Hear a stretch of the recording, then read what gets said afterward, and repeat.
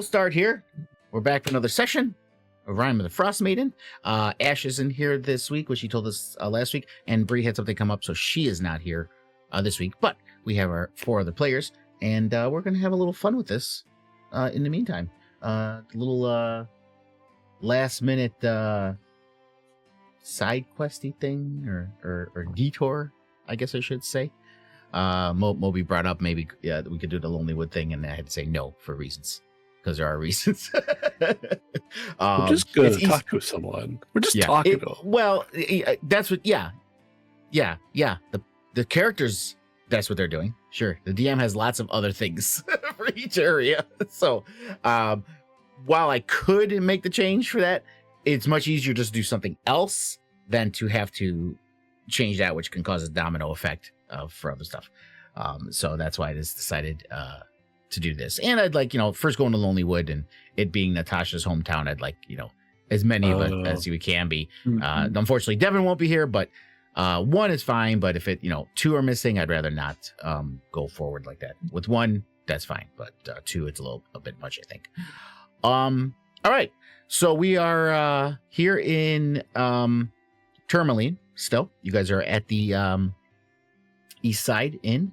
And I believe we went to the next morning. I didn't, because I had to do all this, I don't have my recap prepared like I normally do. And I don't have the notes for it, but those will be in there next time for you guys to look for next session. I just wasn't able to get that done today because I had to do all this. But yeah, you guys were in Tourmaline. You finished up the gem mine. And you took the kobolds back with you, and their leader Trex, who is kind of weirdly talking like a human, not like a kobold. You guys brought him back into Tourmaline, talked to speaker, and let him say. He's like, all right, he will. And they wanted to talk for a minute off to the side. Moby wasn't having any of that, so he kind of like watched them to make sure that there's nothing untoward going on. And the kobolds were just gonna stay at the back of the Blue Clam for the night, until they figure out what they're going to do with them. And as I was going, Amaranth and Al didn't trust it, so they decided to go sneak around the other side of Blue Clam and take a look at what's going on, just to make sure everything's copacetic. And they looked in the windows, and they did see all 4 kobolds, including Trex, were just sleeping inside. And then they decided to stake it out, and they sat outside this other building across from it, and just had a little heartfelt conversation. Amaranth kind of revealed, the issues she was having with her past, and having other identities, and kind of revealed that she stole a couple identities as well. And they had a little heart-to-heart conversation with Al about that. And then you heard a door open in the middle of the night out there where you guys were staking it out, and it was the speaker coming out of his house saying you guys were kind of talking too loud right outside his window. And Amaranth kind of got nervous because, just pretend you didn't hear anything you just heard, because she didn't want her stuff getting blown all over the place. And then he went back inside, and you guys didn't really trust what was going on with him either, because he sounded different.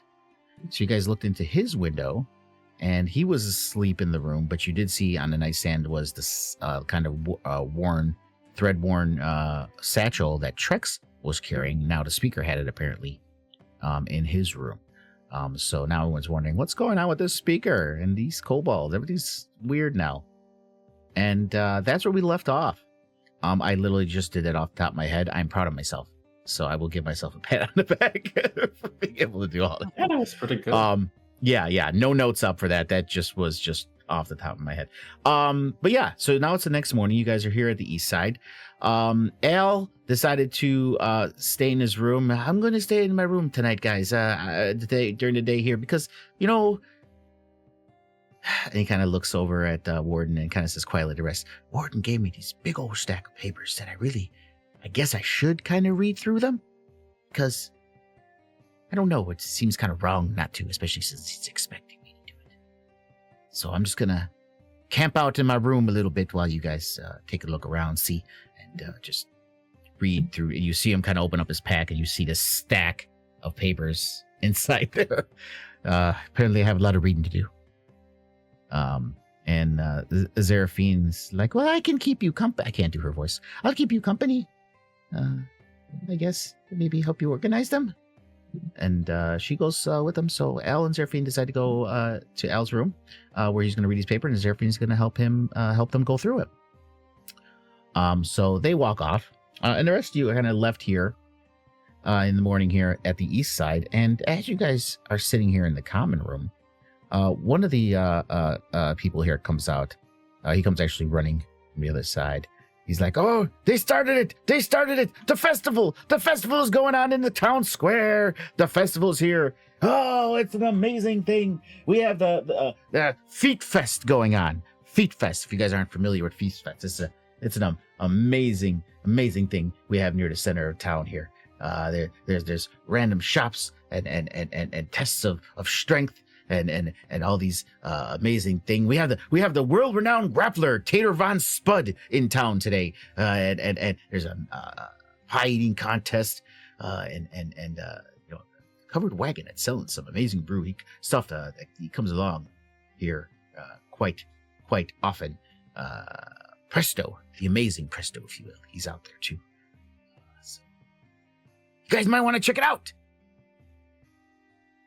Just to be clear, this isn't the kind of carnival where you go and then you don't pay attention to the terms and then you wake up as a talking donkey, right? Oh, no. It's not that. They come in, they travel to 10 towns. It's to bring a little cheer during this depressing time of Oriel's never-ending winter. So, they just kind of do this just to give some fun to the people. Dale, waking up as a walking donkey, you say? A talking donkey. And I mean, I've only ever been to Fae carnivals before, and they tend to be considered not a success unless someone gets tricked into something that has some consequences that are hilarious for some and less hilarious for the victim. That makes more sense. Ugh. Well, I'm curious to see what a carnival is like when the intentions are apparently pure.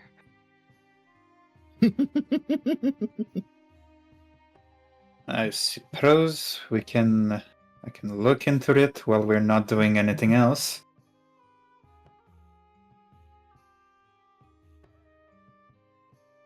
Well, that's the kind of enthusiasm I like to hear. Off to the carnival we shall go. As Al was kind of going up the stairs, in the meantime, he looks back at Amaranth. Don't forget about them kobolds. Something fishy going on there. But maybe you could wait for me. I don't know. Whatever you want to do. Party.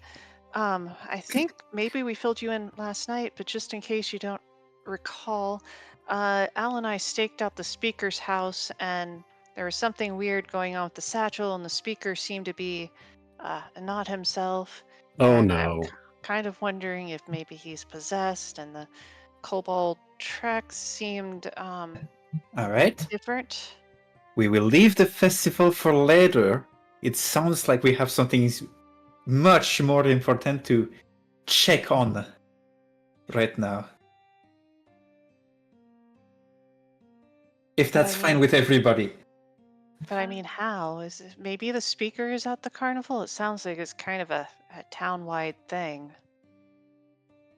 Can have eyes under the sky, thanks to Pop-Tarts, but we'll have to find the speaker and Craig's, probably. I want to go to the festival so I can find a new boyfriend. That's the spirit.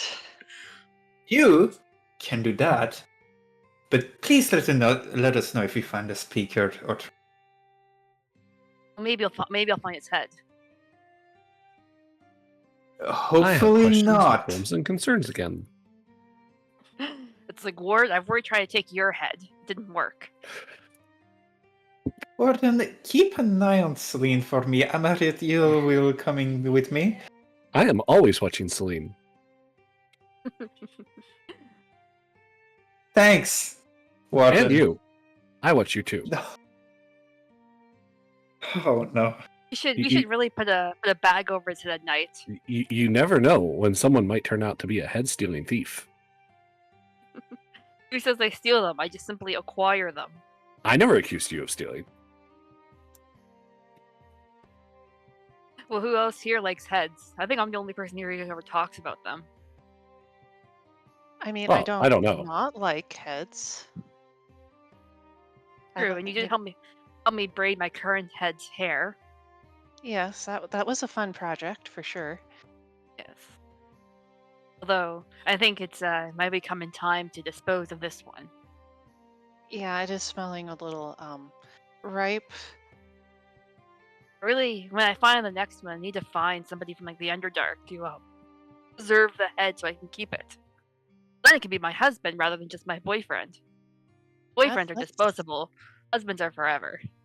That's an interesting idea. Do you suppose there's some sort of necromantic magic that might do that? Necromantic. Yes, you can't have necromantic without romance. That's right. There might be, but I'm pretty sure you can find people that can just do normal preserving of the head. They kind of like with fish. Is it not just easier to find like new heads every time? Yeah, So you're like suggesting putting it in a salty Like it's not like the head is brine and attached. pickling it? pardon? Like a salty brine for pickling? But then the head would get all gross and pickly, and it would smell like brine. I don't want that. How am I supposed to sleep with it? Warden, you have ideas? We could salt the head. True, but then that would dry out the skin too much. I don't want a leathery boyfriend.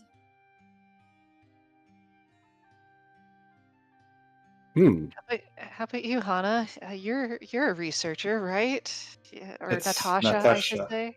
Yes, I apologize. Natasha, you have ideas? I'd rather not think about heads right now. If that's alright. It disturbs me. I'm surprised because you're a researcher. I figured you'd be all over this. What about formaldehyde? What? Formaldehyde. That would do it. That could do it. Although the head might get all gross.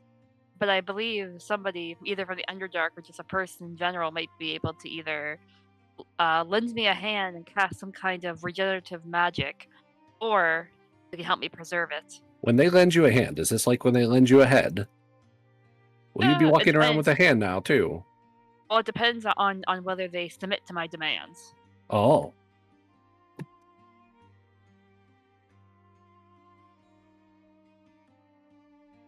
Wouldn't be the first time I've had to take somebody's hands. I will go out now, look for the speaker. You are free to follow me. I will follow you. I guess I'll follow you too. That's where everybody else is going. Yeah. I was just gonna say, yeah. I think I also want to see what this carnival is like, and I'm sure there's lots of people to meet there. So do you guys want to go right to the carnival or to see if you can find a speaker there, or were you looking to go to the Blue Clam? Suppose we can... The Blue Clam would be where the speaker would normally be, I suppose. That's where it normally would be, but there's a festival going on, and someone mentioned that he might be there as well. I'm just asking so I know which map to open. Not leading you guys in any way, just... Actually, we could go to the Blue Clam first, as he will be at a festival, and we can do a bit of spying first. Get some information that we wouldn't normally get. Yes. I might need your help for that one, Emma. All right, so you guys want to go to the Blue Clam then? All right, we will do that. Sorry, I was trying to get an NPC ready in the meantime. Okay, let's go to the Blue Clam here.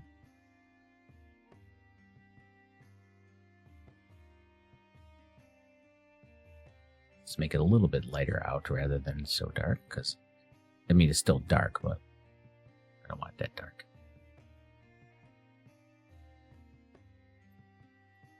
There we go.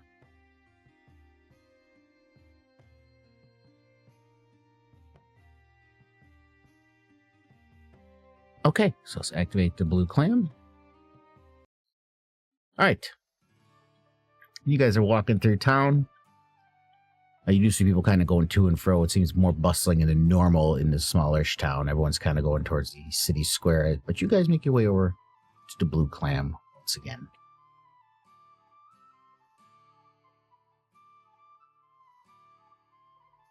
Oh, pause. Yes. There you go.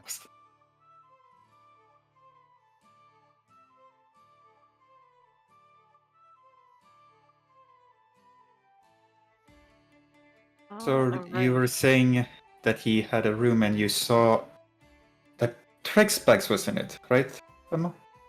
Yes, Trex was in the back room of the blue clam over here, and then Al and I hung out near the speaker's house, and he came out and he sounded all different, and then Trex's satchel was on the bedside table near him.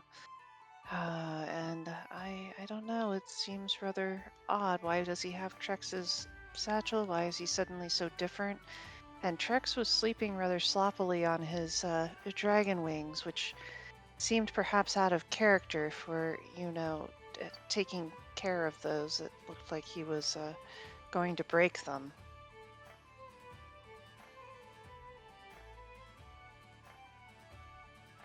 So what do you want to do, party? I think we should go to the festival and see if he's there. Yeah, otherwise I could break into his house maybe. I've Yeah, done things like that before, but it hasn't always ended well. Well, I am hoping that it will end better this time. Don't worry, Celine, we'll go on the festival after. I specifically asked that we come here first. Because, well, spying. Information.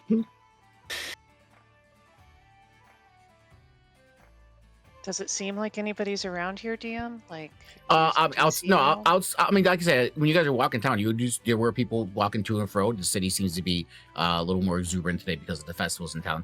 Outside the Blue Clam, I mean, there's just the regular fishermen that are kind of coming in and out of the Blue Clam as usual.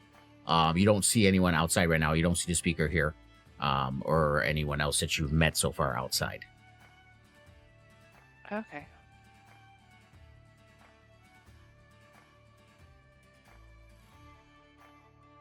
Like his room was in the back. You said, Emma? This was the speaker's house. Yeah. Oh, okay. Are there a lot of people like around it, or is it like right now? Right, I mean, you just like I said, you see people kind of walking back and forth. The town it is more foot traffic than usual, but no one's outside the house or anything like that. Just people walking by.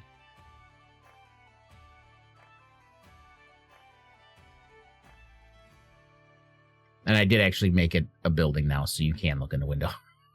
If you get close enough. Did I put walls around it? Yes, I did. Yeah, there's the window. Okay. Interesting. Yeah.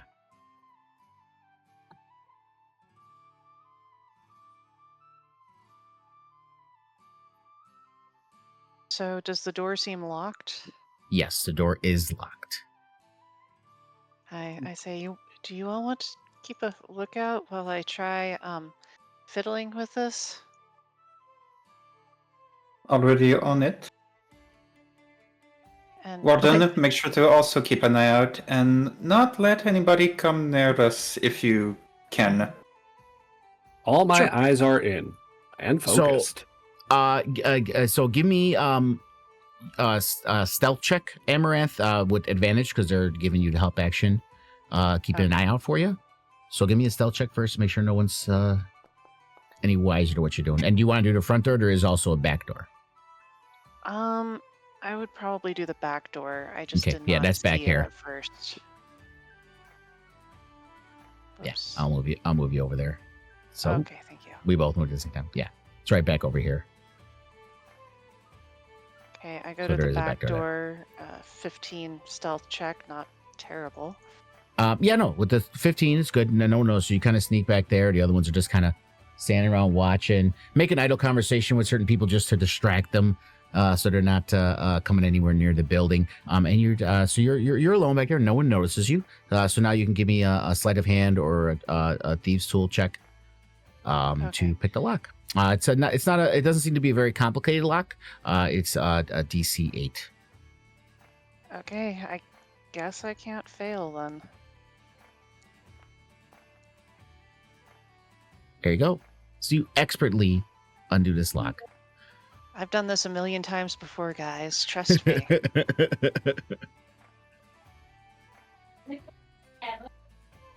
And since you guys have been doing distractions for her, if you want to follow her, and you can do that without anyone kind of noticing what's going on. So if you guys want to go in there, you can. Okay, so I Sure, come we'll stay inside, but we'll send Pop-Tarts in with Tamarit. Yeah. So as you come in, you see a modest home. Nothing crazy. It's got a couple easy chairs in front of a fire. There's a well set table. The floor seems kind of worn. I wouldn't say the house is in disrepair, but it could use some tender loving care. Doesn't seem to have much in the way of belongings. There is a door there that most likely leads to what probably would be a bedroom and a kitchen. And did I put a door there or no? Oh, I didn't put. Oh, sorry. I didn't put. Yeah, here. I didn't put what. There's supposed to be walls there, but okay, we'll just pretend. So yeah, there's his bedroom. So you do walk into his bedroom, Amaranth. You see kind of a messy bed. Some articles of clothing are laying around. You do see the nightstand where you saw the satchel the night before. And there's nothing on it tonight. And obviously the house is empty as the speaker is not home. I guess I'll do like a investigation check, hoping to find his diary or notes about Sure. anything odd going on in the town. Go ahead and give me investigation if that's what you'd like to do. I hope this goes well.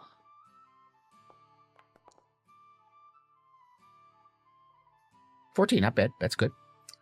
All right, pull up my notes about what's going on here. Well, 18 total with the proficiencies. Oh, yeah. Yeah, no, it's a great roll. So yeah, you kind of looking around. Again, doesn't seem to have much going on in his home. But you kind of go through the end table.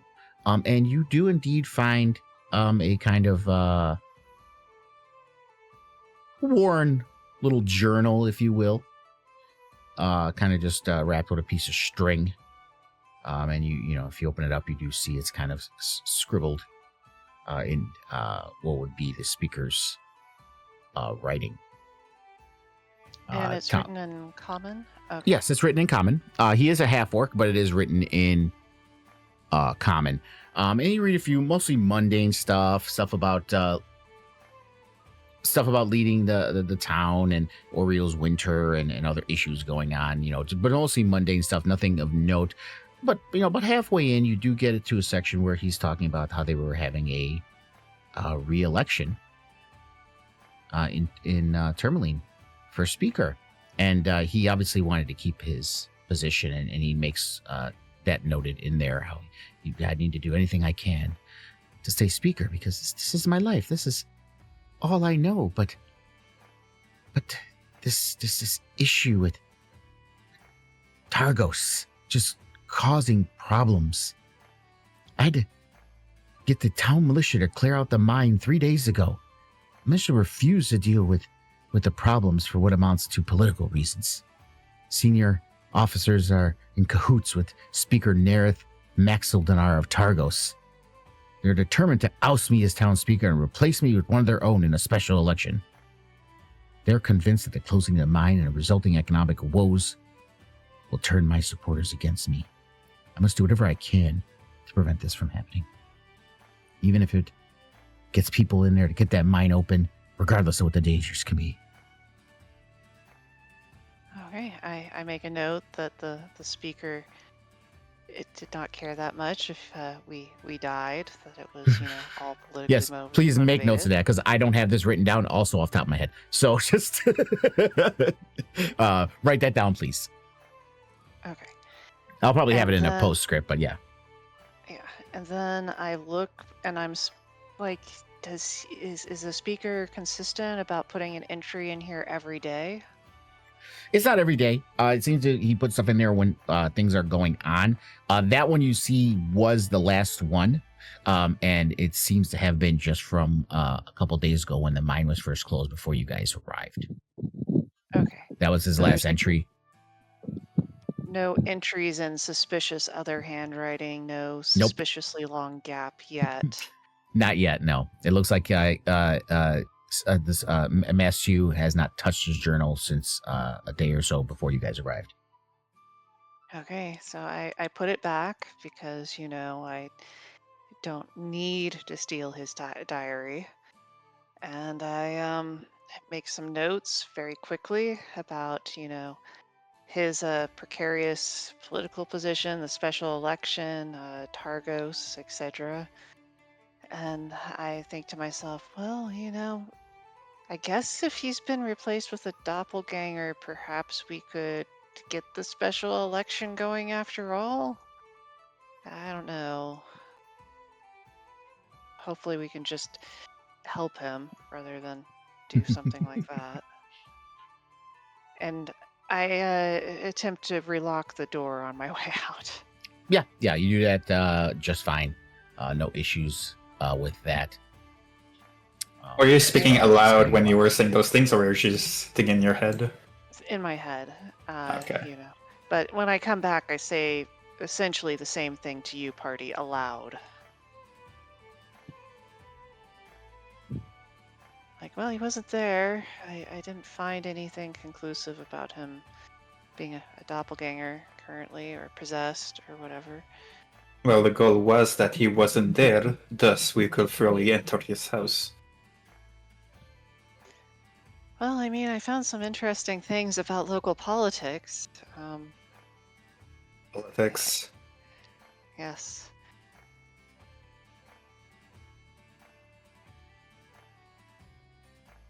What kind of things? Yes. I repeat what I'd said in my head in the house about, like, oh, he was willing to see us die so that he could keep his position as speaker because he was being threatened by this special election, and Targos was pretty sure that if the mine remained closed, that all of his supporters would abandon him, and he was just very desperate to remain speaker. His life is very singular. That is all he cares about. So I suppose if we talk to him now and it seems like he suddenly has pressing other interests or wants to give up being speaker, that would be a sure sign that something is wrong. Yes. That does make sense, yes. Basically, he had us do his dirty work, essentially. Yes, definitely. It was all very personally motivated, and it didn't really seem like he cared if we died, just so long as he could find someone who was able to reopen the mines. And I will note, when you were looking through there, he didn't, like I said, he didn't seem to be a complete ass, but obviously, in this situation, he's going to do whatever he needs to. But it didn't seem like he was an evil person, but rather a desperate person. I'll relay that. Just that, yeah, he just seemed very desperate. I wouldn't say evil necessarily, but it definitely seemed like he was willing to risk our lives so that he could remain speaker specifically.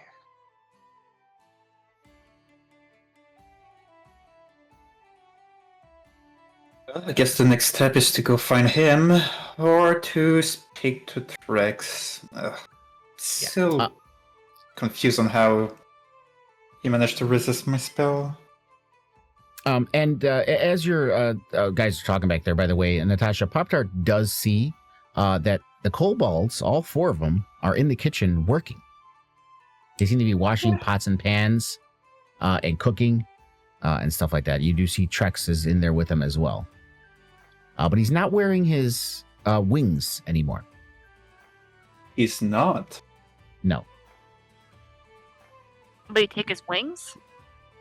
Beat them up. Well, he's just not wearing them. They look fine. They don't. He doesn't look like anything bad's happened to him. He's just not wearing those fake wings. Hmm.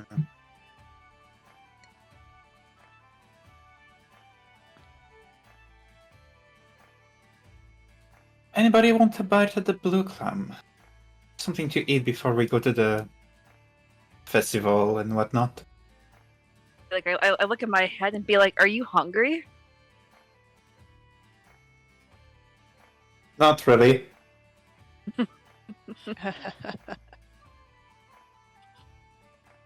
Whoops. Oh, Okay. Okay. So are you but guys my going? offer still stand? So yes, let's go to the blue clam. Okay, let's go.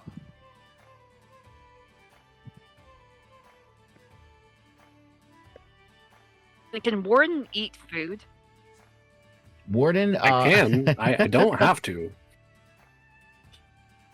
I mean, does it just kind of go in your glove It- box to be taken out later? No. I could chew if I really wanted to. But Yes, where does but- it go? That. You know? I don't know. I mean, what goes in has to come out somewhere. Let's call this. I remember experiment. Zerfing saying I had an iron stomach. I think she meant it literally. Or figuratively. So, like, if it goes into your iron stomach, it still has to come out of your iron stomach. I guess. I don't really eat. I could eat, but I don't eat. But if I had to appear normal, I guess I could eat to make myself Warren- look normal. I don't think you could ever appear normal. Oh. Oh. Ouch. Oh. Oh. Okay. I see. Constitution check with disadvantage. Warden. Yeah, one second. Everything's rebooting here. Oh no, not disadvantage. Oh yeah.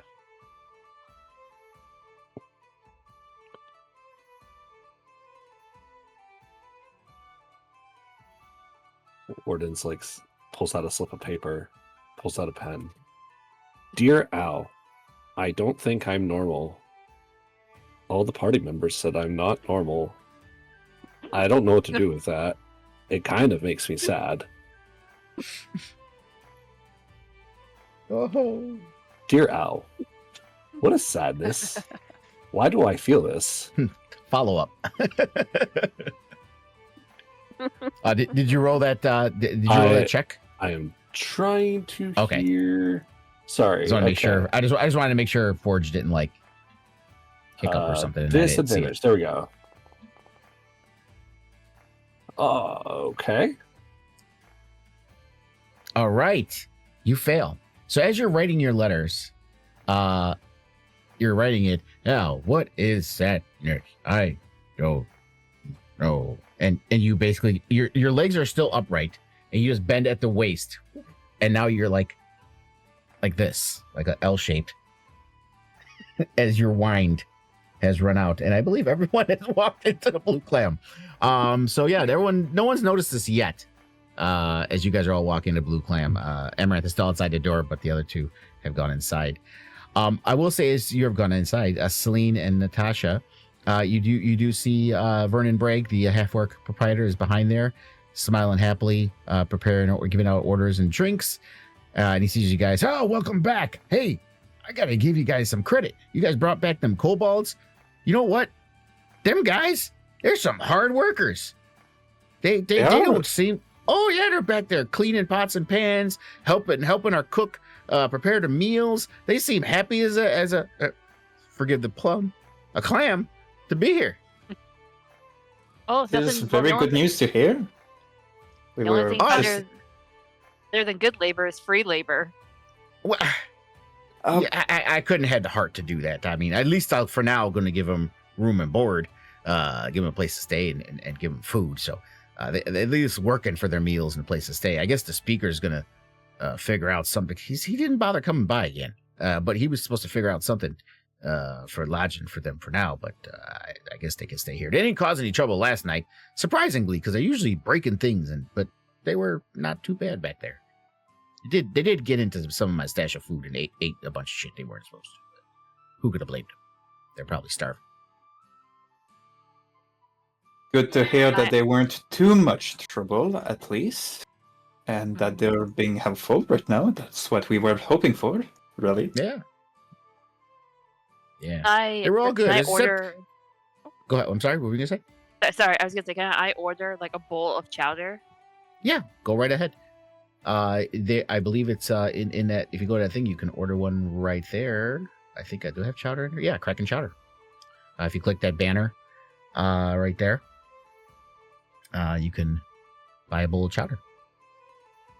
Oh, I don't see a banner there. Oh, okay. That's because you got to turn on the pins. Okay, so go in the left side menu. You see there's that little gold banner that if you hover over it, it says Journal Notes. You click on that. And then you'll see another menu open up, and you'll see a little pin. It looks like a pin or like a lollipop that says Toggle Notes Display. That has to be turned on, and then you'll see the notes on the map. Okay. I think I'll buy some food for my friend here, Warden. Warden, you don't look so good.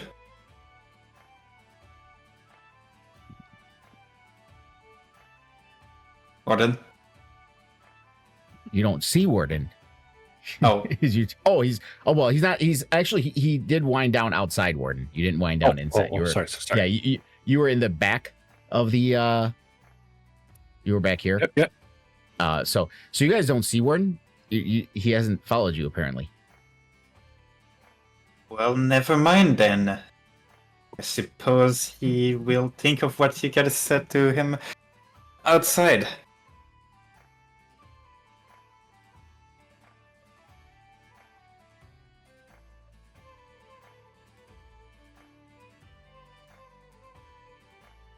How is the leader of the kobold? Yeah, I was going to mention that as well. So you guys are looking back there. You notice he doesn't have the wings, obviously, and Vernon was actually in the middle of mentioning it. He says, yeah, they're all pretty good. The one who was their leader though, Trex, doesn't seem like he's the brightest bulb in the box. How so? I thought he looked the smartest when I first met him. Have you met many kobolds? No. Yeah, no. All of them are dumb as a bag of rocks. You gotta tell them what to do. Him just as much or worse than the others. I don't know how he was their leader.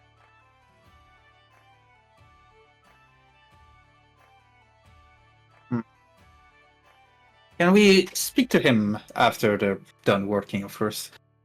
Yeah, sure. You can just walk over the bar if you'd like. I don't think I have walls there set up. No, I don't. Just there's a doorway here, and there's a door that leads to the back there. Right here. He's like, yeah, go ahead. You hop in back there. Thank you. You can talk to him. You see them all just kind of scuttling around, washing things, cooking things. A couple of them are dropping things. You see a cook. Hey, be careful what you're doing back there. Don't be knocking all this stuff down. Oh, hello. Hello. I'm just here to speak to a friend. Certainly. If Vernon said you can come back, go right ahead. Trix. He turns around. Hello! Hello. Hello! Hello. Hello! Are we just saying hello? Hello! I look at the other kobolds. Say, did something happen to your leader here? Nothing happened to Trex. He's actually back to normal. He was kind of weird before, but when he got those wings, they're kind of impressive. The Trex had wings? And Falk goes, yeah, Trex, you had wings. Oh, they were very uncomfortable sleeping. I had to take them off. And what happened to those wings, if I may ask? I just took them out. You look in a corner, you see just the mess of like cloth and wood and rope that they were held together, just kind of broken as he kind of it looked like he might have like ripped them off, struggling, threw them off in a corner. So it looks just like made up wings and totally normal, nothing special about them. No, it's just a bunch. It was wings. I mean, they looked, when you saw them in the image, they looked pretty cool and put together pretty well. Kind of a cosplay kind of deal. But it was just kind of canvas cloth, and some pieces of wood, pinned together, and some rope, that kind of had them together. They're broken now because it seems like Trex had no idea how to take them off, so he kind of broke them, take them off. But yeah. Did something happen before you take off the wings, Trex? Before? Well, Trex is about 28 years old, so I was born in a litter of about 30 kobolds. No. Huh? Too far behind. Too far. Oh, okay. Trex Let's say didn't go to yesterday. school. Oh, yesterday? Yesterday, yes. I think I was sleeping. And he scratches his head. I remember.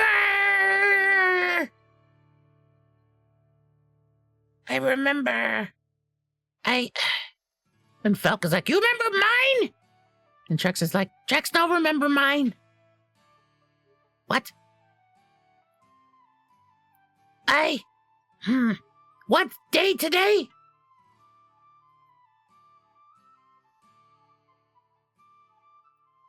Trex, is it alright if I cast a little spell on you that might help here? You Don't worry, trying to it's hurt not- Trex? It's not gonna be harmful at all. Oh, okay. You can trust me. I'm your friend. I don't know you. And he sees We've the met other friends. yesterday. They met us yesterday, Trex. They brought us out of mine. Trex don't remember none of that. You're crazy.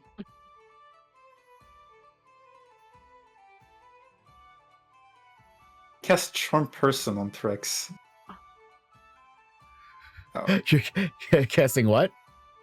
Charm Person. Charm person. Okay. Yes. And he needs me to make me a Wisdom saving throw. Oh yeah, he failed. Alright. Ah.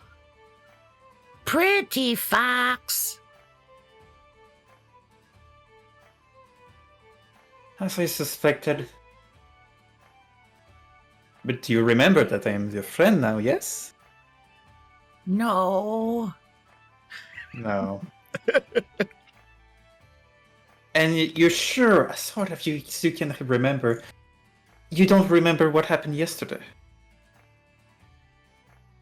Trex sleeping for And you see him lift up his fingers. maybe 8, 9 days. Good sleep. Don't remember much. But you remember sleeping for 8 or 9 days. You can tell. I'll say this, just use your passive perception and being the caster you are. He's only able to answer this because he's charmed. His brain power is not enough to know these things. But the subconscious mind can understand the passage of time. So he's kind of realizing that the last memory he has was probably about 8 days ago, which is why in his mind he's been sleeping for 8 days. That's what I'm figuring out, Yeah. that he might not have been himself for the past 8 days. Yeah. Until now, at least. Well, that is all, Trix. You can continue to work. You're doing a very good job. Oh, Trex do a good job. You see him start to vigorously start scrubbing pans. Trex do whatever fox ladies say. Yes. Clean pots, pans. Fox Lady want apple? There's apples here. I'll be alright, but thank you very much, Trex. We'll see each other later, probably. Okay, I have to go with some... Trex, come with you. No, Trex stay here and continue doing some very good job for the You see his Fox Lady. eyes are very wide, and you Oh, see no. him just like looking at you. Trex, come with you.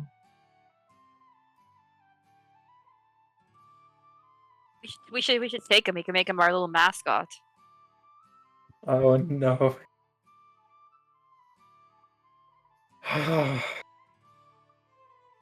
That, or I can make him my child. Natasha, Hey, they're not.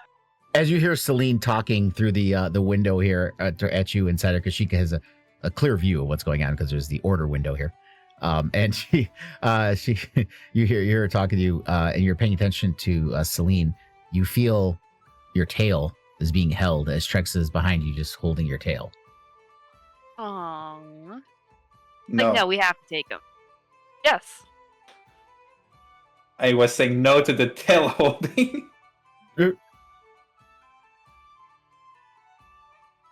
Vernon, will it be alright if Trex came along for just a little bit? We'll give him back to you. He's just might be a bit... Man, I What's had the no help word I want to before. use here? Now I have Ah. 4 kobolds. 3 is just as good. If you want to take them, go ahead. Alright. Come along, Trex. Yes, Trex, come. Trex, come. I would say, Amaranth, especially since you've had lots of conversation with them, you would notice about now that Warden has not come in yet. Okay.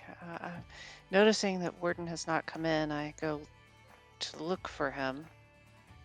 I feel like I'll follow her because I feel bad about the comment I made. We'll follow those friends, Trex. I As you walk see around, Warden just I would You like standing to see think Warden. Warden is a snowman. Yeah, he's not completely covered, but he is. There's a good pile of snow. It's snowing pretty heavily at this point. There's a good pile of snow on him. He's Okay, bent I over. start. I feel like before Amaranth winds him up, I feel like I just look at him and be like, this would be a good opportunity to see where the food comes out of. I say, well, we did see that he can make toast, so maybe he just burns it to cinders and then it comes out somewhere. Where does it come out? That's the question. That's what I want to know. I'm just looking at his body, just like, I wonder. You're like looking for a waste hole. Yeah, Why? yeah. Why? It's my butt. Okay. Which guess we'll Warden see. can't say because he is wound down. I feel like internally this is the monologue. He'll be like, why are they looking for my butt?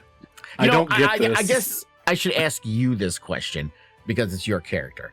Yeah. It would when if you're wound down, would you imagine that he is in an unconscious state, or like a state of suspended animation, or does his brain actively working in this body that he cannot move, like he's trapped in his body? So I think there's details that you and I discussed about like what's actually happening, and some of the things that like I could explain. But in this situation, I believe that Warden has an idea of what's happening outside of him. Okay. But for most senses and purposes, no. He would not. Okay. So right now, I guess you're kind of just trapped in his body. You can hear them talking around you, and see the snow on the ground in front of you. Correct. That's about it. Yeah. I feel like I'm just trying to like look under his armor and be like, where does it come out of? This is the only opportunity I'm gonna get for this. As you're looking under armor, you realize there's nothing to look under because it is basically his skin. Tin skin Yeah. that you cannot move, really. Except for the one compartment that No. you found. And in the joints, you can That kind of makes see sense. where things are jointed.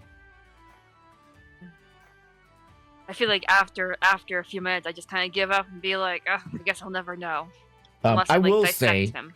actually, if go ahead and give me a history check Celine.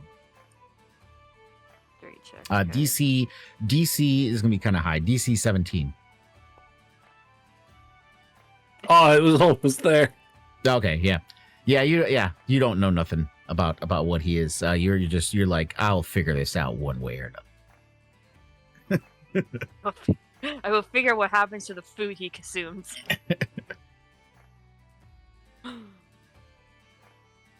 Okay, I guess I'll start winding him. Any checks, DM, or do I just succeed? Yeah. Give me no. He's been wound down for a little bit. It seems to have gotten a little frosted over the key. So go ahead and give me a strength check. DC 8. Okay, I look at Celine and I'm like, I don't know. This looks a little hard to turn. I don't know. Can you help me in some way, or maybe sing me a song? I feel like this a tiny fairy is gonna have trouble with this.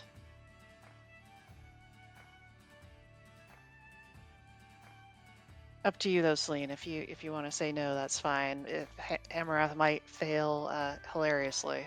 No, I'll say yes. Okay. So go ahead and use your bardic inspiration, and you can add that to your roll. Okay. So I'll roll the strength, and then I'll try the I guess I'll hold on to Oh, the you got bardic it. inspiration. There you go. then. Yeah, you can hold on to it. Yeah. All right. There you go. Yeah. So it's a little tight at first, but you start winding up. You see, it's comical to me. I would think that see this little fairy like most people can kind of grab it like this and turn it, but you got to go like this. Turn I'm it. like stomping on it, sort of. Yeah. Trying to use my wings for There you go. leverage. As you're turning it, you hear it cranking, click, click, click, click. You hear the gears start to turn, and Warden starts to, and Warden, you could take over from here as you're. Whoa, Coming whoa, whoa, back whoa, to- whoa, whoa, whoa, whoa. Too much. Too much. Hi. I am not normal. It's like, oh, buddy, I didn't mean it. Oh. That's okay. Warden is not normal. Normal is not a setting on Warden's dryer. Warden's Uh, dryer? Yes, Huh? normal is a setting on a dryer. That's what they say. Oh. How do you feel Are you now? saying, you're saying you're a dryer now, Warden? That's like your cousin? No. Warden knows that a dryer, it's normal. That is what normal comes from. So you're Right? saying to be normal. So you're saying to be normal, you have to be a dryer. Well, no, normal is a setting on a dryer. By the way, What is a dryer? none of you have any idea what a dryer is, Well, or not how like an electric dryer. it would have settings. Yeah. Amaranth is just confused. She just thinks that this is something that she hasn't learned about the material plane yet. Oh. Yeah, that does not make sense. I did a thing. It does not make sense again. It's like, see, Warren, you're still not normal. That is great. Right? Right? It's something. Right? Oh no. So we still need to figure out where your food comes from. Why are you trying to see my butt? Warden, this is when you also realize you have no butthole. You Oh, would know this. I am confused. I thought I had a butt. Warforged, don't eat, sleep, drink. So I would assume that also means they don't produce waste. So, yeah. Alright, so I suppose, is that all done? Are you all good, Warden? I am as normal can be. As Good. Natasha says this to you guys, you notice this little kobold standing behind Natasha, and you see it. It's holding a kind of contraption made of various bones, almost fashioned together with string to look like a comb of sorts. And he's holding Natasha's tail, and he's combing the tail. Every now and then, a few snags and some furs coming off as he's combing Natasha's tail.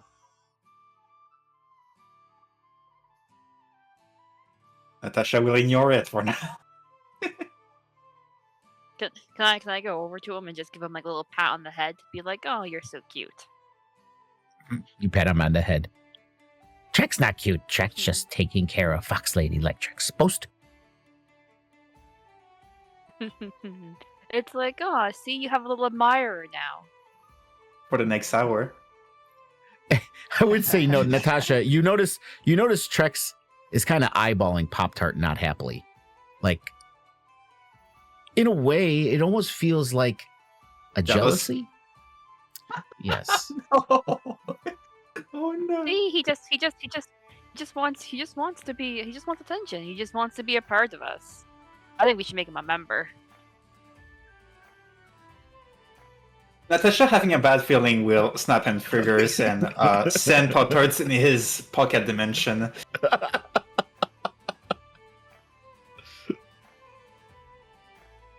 Sure, he can follow us around as much as Trex wants. As much as I want? Trex never leave Fox Lady's side. Eyes are wide. And then Natasha will whisper to Celine, he'll stop following us in the next hour. The charm will only last that long. We'll see. I just give him another pat on the head and be like, see, you can stay with us forever. Endeavor! Endeavor! Endeavor!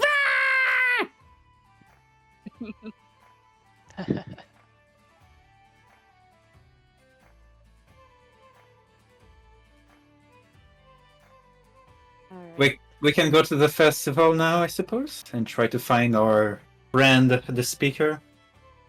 Yes. Okay. Do you remember the speaker, Trex?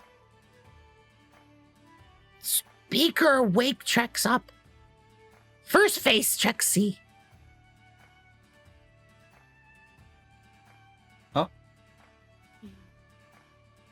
And he nods affirmatively.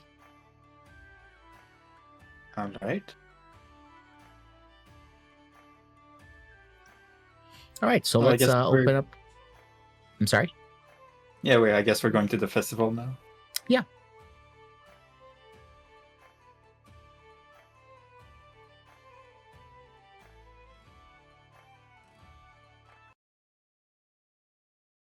Okay, let's open up that. Let's put some music on because I didn't set music for this one. Use the same music that it was on. It's pretty festive. We'll keep that one going. So as you approach the center of town, you see lots of people walking back and forth. A lot of them are eating snacks that appear to be like frozen little minnows on a stick. That were frozen like double dipped into water to put a crust of ice on top of it, and they were sprinkled with sugar candy as they were dipped in the water, and the sugar candy's freezing to the outside of the minnowsicle, the fish sickle, and these are little treats that the festival has, and you see the banners going around the center of town. You see a bunch of tents set up. You see a wagon here with a man in front of it, and a crowd kind of gathering. You also see a small fighting ring where there's a grappler inside there, kind of yelling at people to challenge him. You see a table set up here for a fighting contest. There's also an archery set up with targets that appear to be moving that people are taking aim at for some little games as you guys approach the festival. You do see off the corner, Speaker Matthew is among the crowd walking around.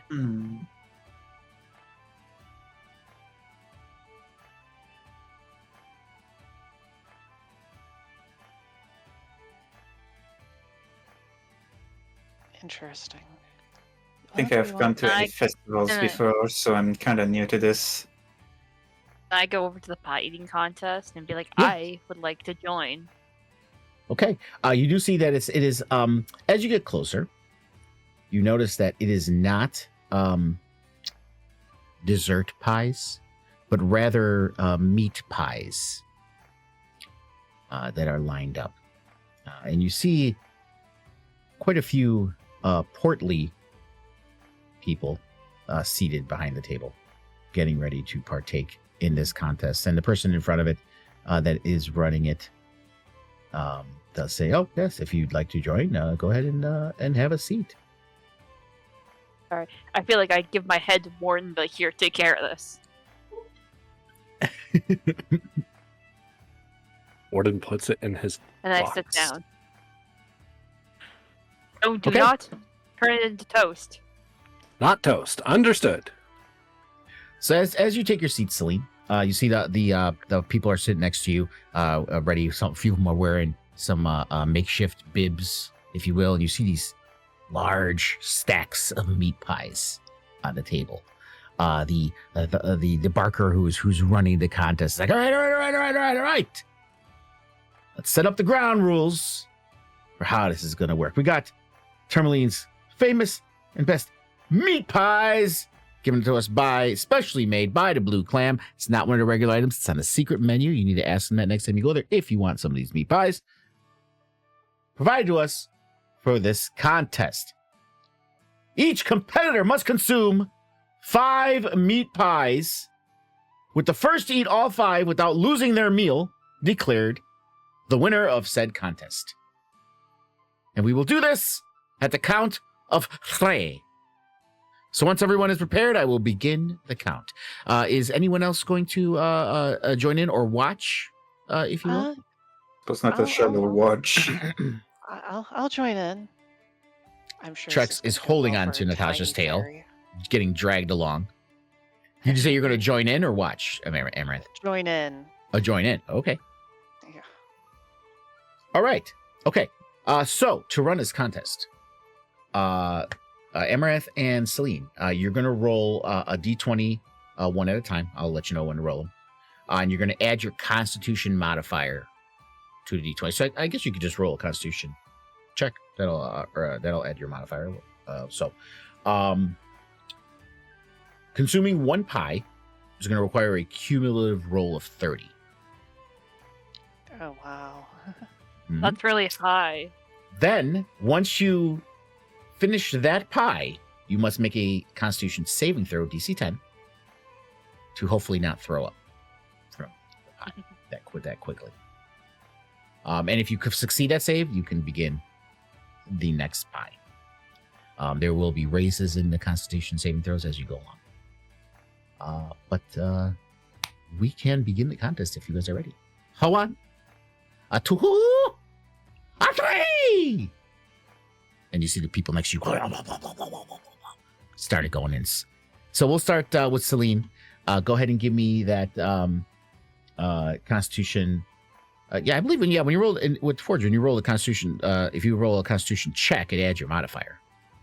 Yes. Yes. So you you can just roll the Constitution check, and it will add your modifier.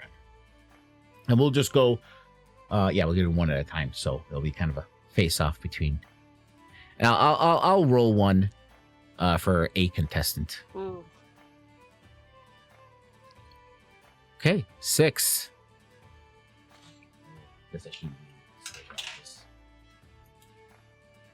Okay, Amaranth, go ahead and roll yours. Okay.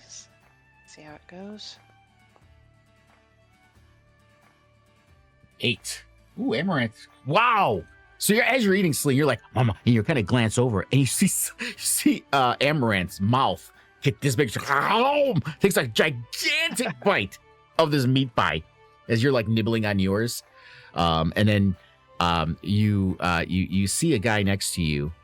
He will have +2. Oh, he's trying to bite it. He's trying to figure it out. He's not doing so well. And takes a few nibbles. So go ahead and give me the next rolls. Okay.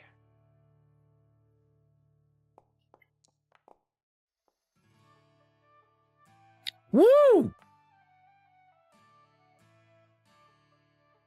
My God. Okay, so Celine, not to be outdone, you start chasing Amber. You realize she's eating it, so you pick up the pace. But you see her take another, gigantic bite, almost as big as yours. But between the one she took before and this one, her meat pie is quickly disappearing faster than yours.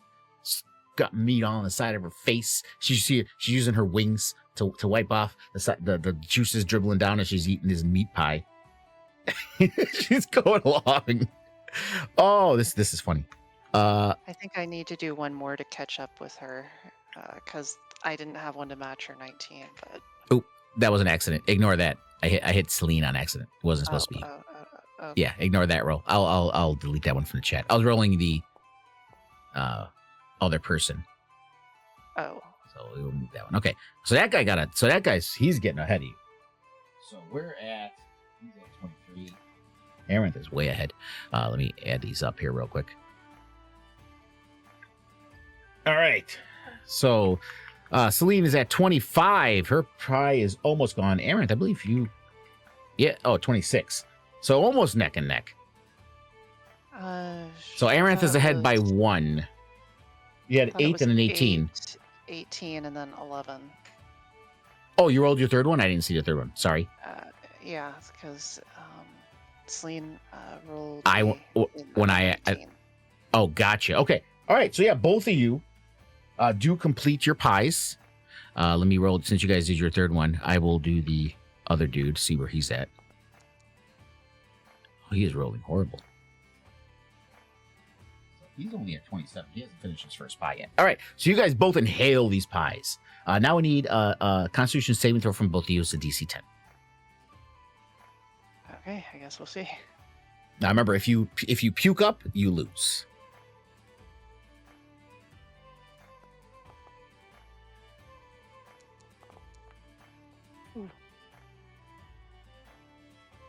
Oh yeah, I'm not sure. Celine, that wasn't a Constitution saving throw. That was just a D10. Yeah. Yeah, it's a Constitution saving throw, not a check this time.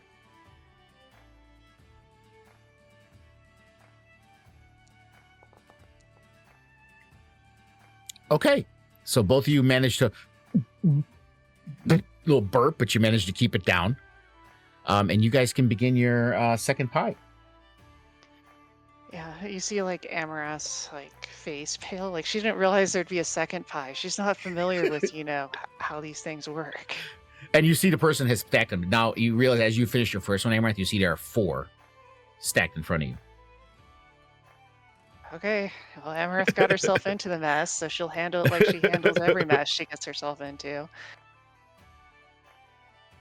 So we're back to Constitution ability. Yeah, Constitution abilities again. It's still a 30 for this.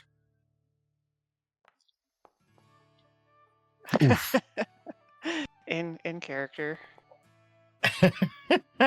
So Amaranth, you take a little smaller bite this time.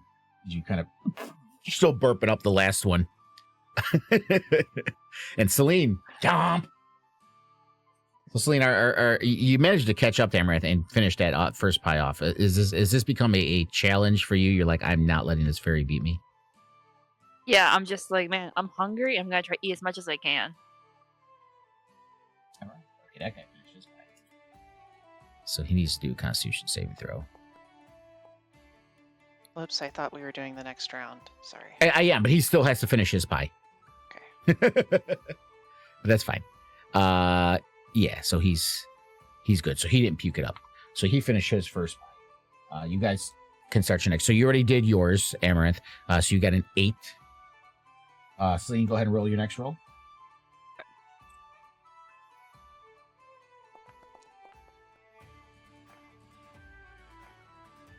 Six. Okay. So Celine is definitely ahead in her spot. She's at a 21 right now. Amaranth, you kind of look over and maybe you might have bit off more than you could chew, literally and figuratively. Perhaps. Well, it's time to keep going, suck it up, and don't look back. That's my motto for these things. Whoops. Yeah. Oof. All right, go ahead and do your next one, Celine.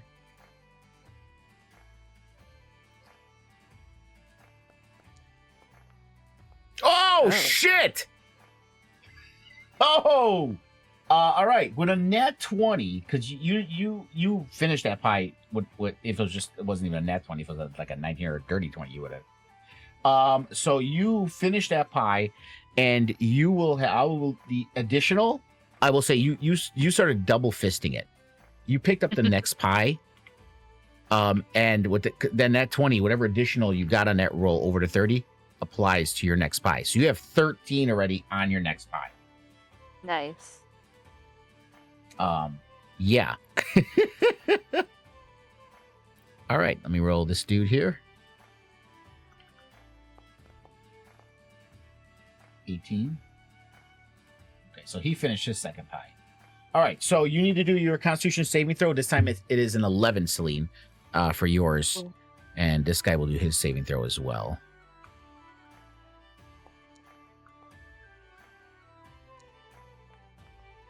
Oh no. Okay, that's fine. You feel it start to come up. You get a little in your mouth a little bit, throw up in your mouth a little bit, but yeah, gulp it back down, and you're doing okay, Celine. And you're ready on your third pie. Amaranth, go ahead and roll me on your next roll. Okay. Let's see if Celine's, she looks over at Celine and notices Celine has finished the second pie, and she is trying to keep up. I think you might have did it with that one. 4, 8, 3, 27. No, you're still a little behind. You can start chewing down on that third pie, Celine. Oh my god. Celine is hungry for meat pie. Okay, Celine, you need to tell me what is happening here. Because this 2 nat 20s downing these pies. What is Celine doing here right now? I feel like she's there, and she's just like, I'm hungry. This is a free meal. I don't want it to go to waste. I want a prize. I want possibly another head. Yeah, and you are definitely double fisting it again. So you have 5 points added onto your fourth pie. We do need your Constitution saving throw to see if you puke. Now it's a DC 12. Oh shit.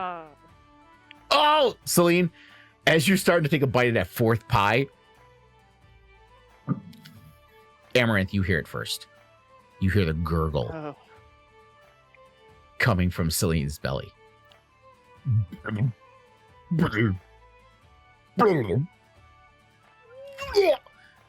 Projectiles all over the table.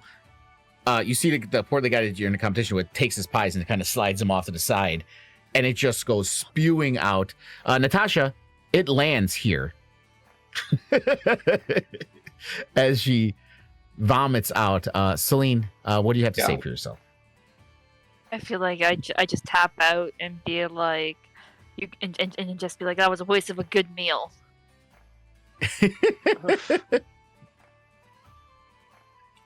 Yeah. So you got to run down your face, and the Barker looks at you. The tiefling's out!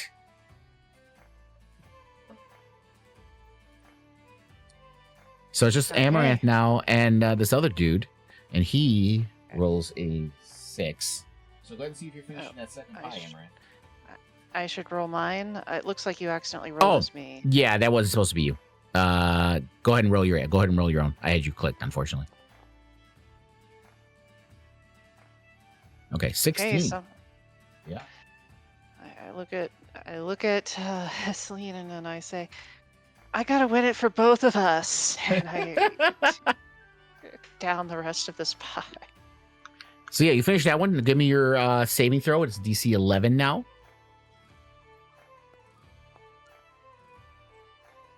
Oh no. And you, as you're down in that pie, you're feeling confident. You're like, okay, I can do this now for Celine. Wait. Do I still have my bardic inspiration from earlier? Oh, yes. Yes. If you want to use that. So you feel it. You feel the gurgle. And you realize what Celine did, and you remembered that she sung that amazing song for you. Let's see if it soothes And I have your to do this for her.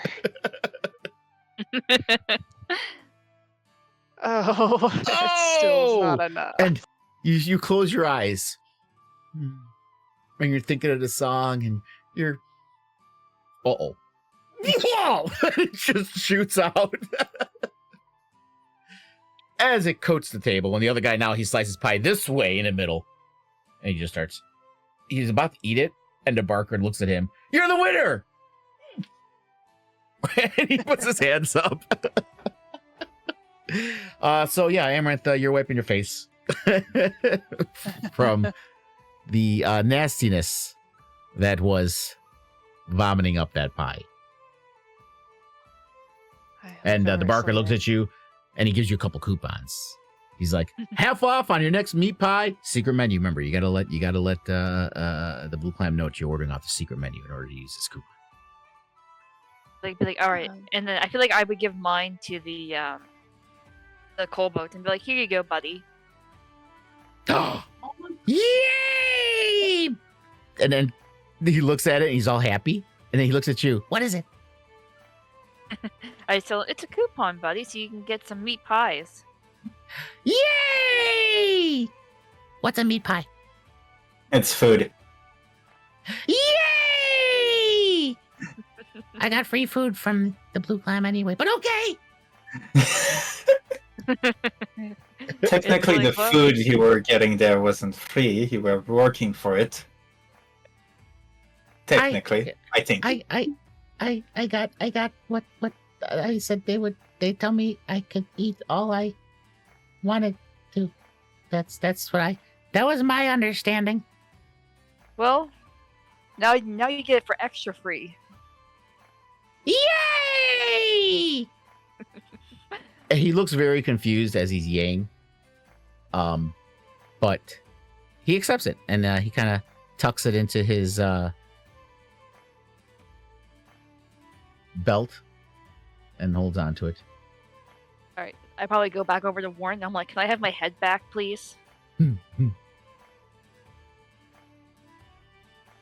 Yes.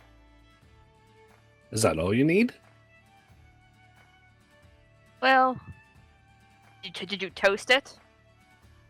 No, you told me not to toast it. It's like, well, I mean, I don't have another head right now, so this is just the only head I have. I see. I don't see any other good heads here right now. I will not toast your head. Thank you for not toasting the head. There you go. Like, As you guys are kind of... How it would smell bad. Toasted raw meat. Yeah. Yeah, one would think so. But as you guys are just kind of standing there, walking away from the table, wiping down the stuff on your face from the cart here, a voice suddenly rises over the entire crowd, talking potions and other wares that promise to amaze and astound. He's kind of a little gentleman, but very well put together. Kind of has a pointed gray goatee, a waxed mustachioed face, wearing brightly colored clothing with his coats over that. And in fact, he's so compelling that the skill challenges in the area have come to a standstill. And his booth, a horse-drawn wagon that says, "The Amazing Presto, Alchemist Extraordinaire," appears to be the only one currently in operation. Come on, come all, make big from small. Want speed? Drink these. Need brawn? Try one of those. If you fancy a kiss, just put this to your lips and you'll soon be smooching your prize. Presto changeo, potions and lotions and tinctures that thrill. Improve your skills, cure your ills, pay your bills with these pills. Grow gills with these vials. Your denials and trials are no match for my batch of notable potables. Presto changeo. Don't ask me, try for free. Can I make an insight check to see if this is a Amaranth also wants to make an insight Warden check. immediately runs up to this guy. Immediately. Hello. Hey, welcome. Oh, you're an odd-looking one. I want to be normal. You want to be normal. And he starts pulling up his things. Yes. I should have. Give me a moment as I go through my wares. Now I feel like yeah. I don't need an insight check. Yeah, if you guys want to do those insight checks, go right ahead.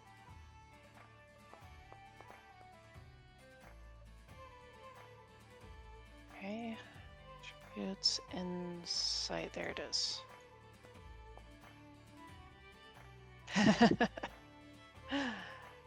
Oh yeah, yes, doing wonderful there.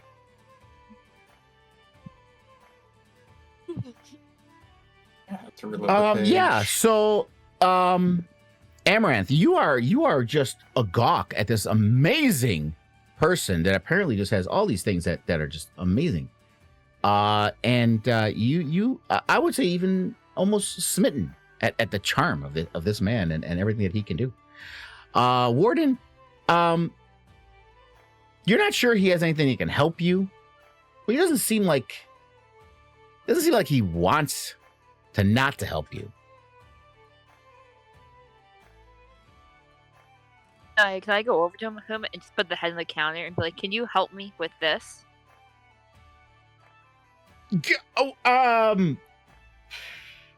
What would you like me to do with this head? If you don't mind me I asking. would like you to preserve it and possibly make it not smell as bad. I have potions. I have a Jolly Giant Strength Potion. I have Potion of Elvish Aiming, Rock, and a Hard Place Potion. Brain Booster Serum. Brain Boost. Yeah, he doesn't have much of a brain that's working, though, so I don't think that's what help him. Sage Wisdom Potion. Potion of Fiery Charisma. Not that you probably seem like you need that, young lady. Don't think I have any formaldehyde. I feel like I just kind of look at him disappointment and be like, "Oh, you're a scam then." I am not a scam. All my potions work. You could try them for free. And conveniently enough, each of these potions can help you in one of our games. I just look at him and be like, "I don't believe you. You seem like a con artist." I'm giving them for free.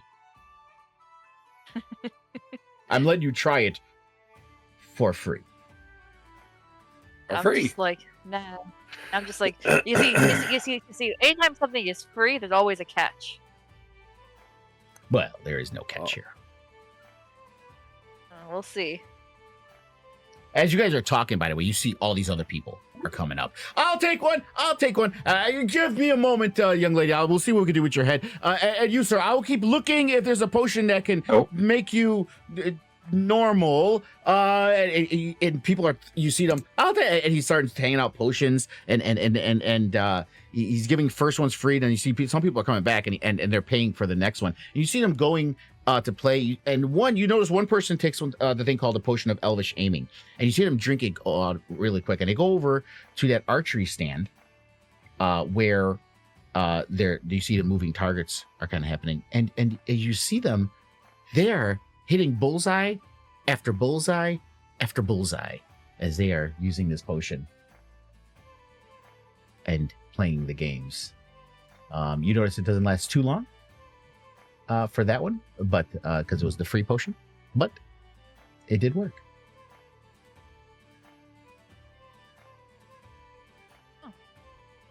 Like, I just look at him and be like, "What do you get out of all this?" Why, if the potions work, people want to come back and buy some more, of course. I'm a businessman after all.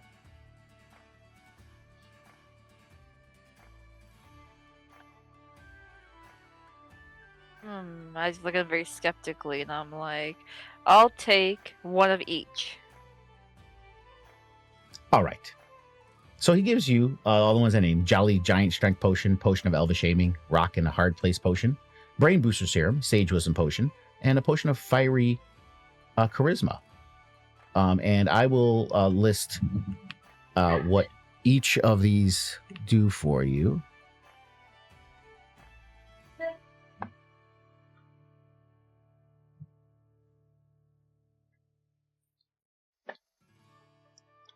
The 1 hour ones are if you buy this is the free sample, so it doesn't last for an hour. It only lasts for a couple minutes for people to sample them. So it's rather than giving you the full potion bottle, it's like a little vial of each of them.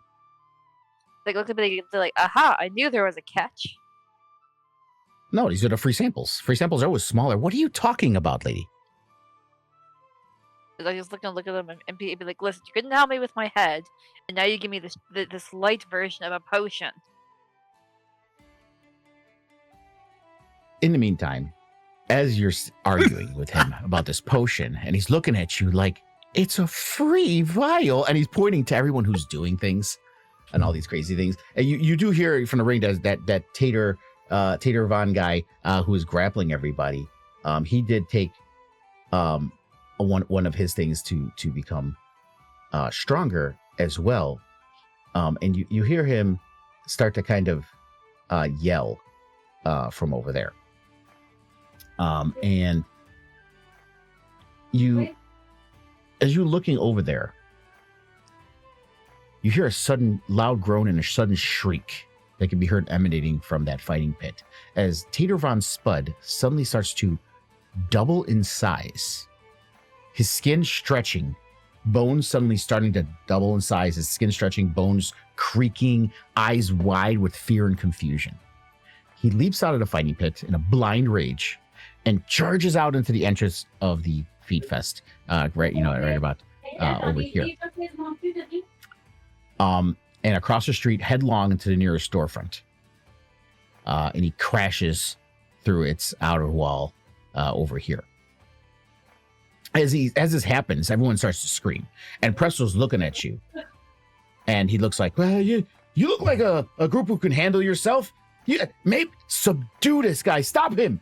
I wouldn't kill him, but he reaches around. This is bad for business. And he pulls out a pouch. I'll have some gold for your trouble. And just with your passive investigation, you guys don't have to even roll. You could see he seems just as bewildered by what's happening as everyone else there is, why it's taken place. And he does seem to genuinely fear for Tater's safety, as he's part of this group and he's been on this wrestling game through this festival all the time. Like he seems to know him. And he is really trying to encourage you guys to just stop him and not really kill him. But I'll pay you whatever it takes, whatever I have. Just please stop him. And you hear the screams and the shouts. And now I have to make a token for him. I was trying to do that earlier. Go ahead and talk whatever you're saying in the meantime. I mean, potion mishaps could happen to anyone. We'll help. It wasn't my potions! Somebody hit it home. I'll put him to sleep when he looks tired. If it can be put to sleep with all the rage that he seems to be having right now. Yeah, it's kind of crazy. All right, let me get a token for him set up. This is the unfortunate problem with setting up something last minute. I don't necessarily have the tokens already. We will whip something up here.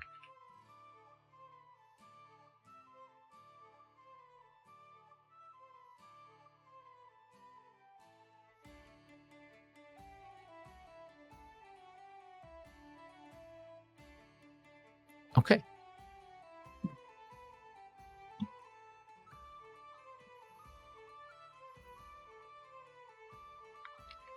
Tater Von Spud is his name.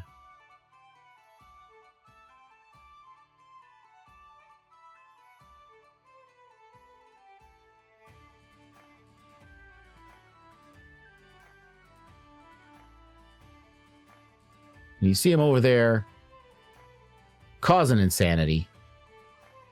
And we will begin an encounter for you all.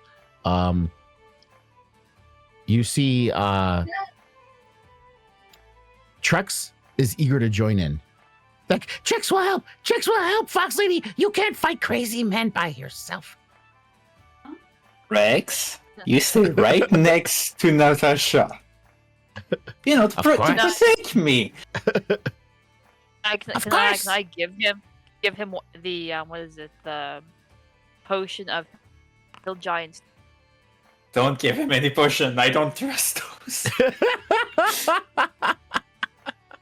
He'd be like, Yeah. Do you want to give him the hill giant strength? yeah, I do. Okay. I'm not going to make it as a potion. I'm just going to add it to him. It'll last for the length of the fight. Because 6-second rounds, obviously, that doesn't. It'll last the whole time. So, Jolly Giant Strength Potion gives you +5 to strength modifier and advantage on athletics checks for 1 hour. Okay.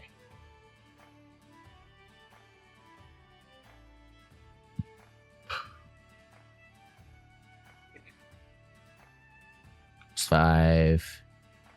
+5.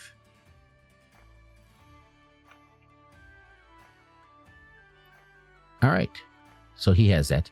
If any of you want to use any of those potions other than the strength one that she just gave to Trex, feel free. And just add those temporary stats to yourself. Amaranth and Celine, we do need you to roll initiative. Okay.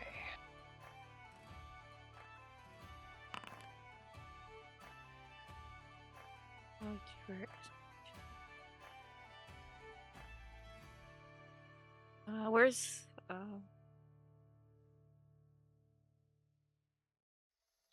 What you looking for? Oh, the initiative? Yeah, the combat tracker in the right menu. It's the second icon next to the chat message icon. It says combat encounters. If you click on that, you'll see the combat in there, and you could click the little die next to your name. And if you right click that icon, it opens it up as a separate one, which it should have done it should do once I begin the combat. Okay. All right, so let's begin this combat. And Trex is going first. Woo! Okay. All right, I got to add Tater Spud has a higher strength modifier.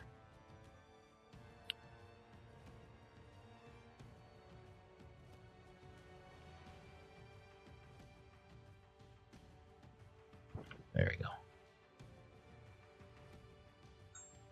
Okay. So, okay. Ignore my my Amazon dot going off. So Trex, he runs up. Ah! As far as he can get. As he runs up to confront this thing. Must protect Fox Lady!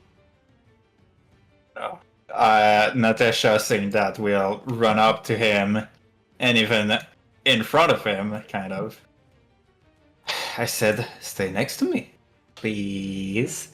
But I must protect you. Can't do it if I'm next to you. I got to be ahead of you.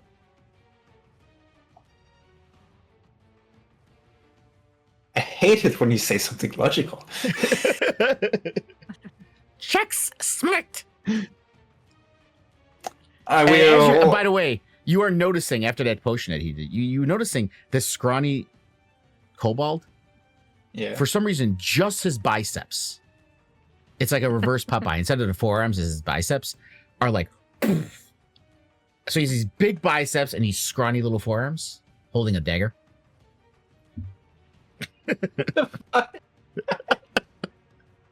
That is weird. I will just a simple cantrip, a ray of frost on the. Oh, right, I need to target first. Yeah. A simple ray of frost. Okay. And it lands. You see Tater Von Spud. Ah! As he kind of frosts over a little bit. Measly 1 cold damage. See a little frost form on his beard. Though his movement is reduced by 10 feet. There you go. He was tearing through the shop. Now you got his attention as he turns around and looks at y'all. And if anyone is taking those potions, let me know. So we know as it goes on. Oh, Warden didn't roll for it. I thought you. Oh. How did it? Oh, it started without Warden rolling initiative. Okay. I thought you had rolled already, Warren. I didn't even see you at the bottom of the list. I thought I did too, but it's okay. Okay. So what we'll do, it's okay. We'll let you go first. We will just go back and then we'll go to Tater Von Spud after your turn. So go ahead and take your turn. I was like, wait a second. And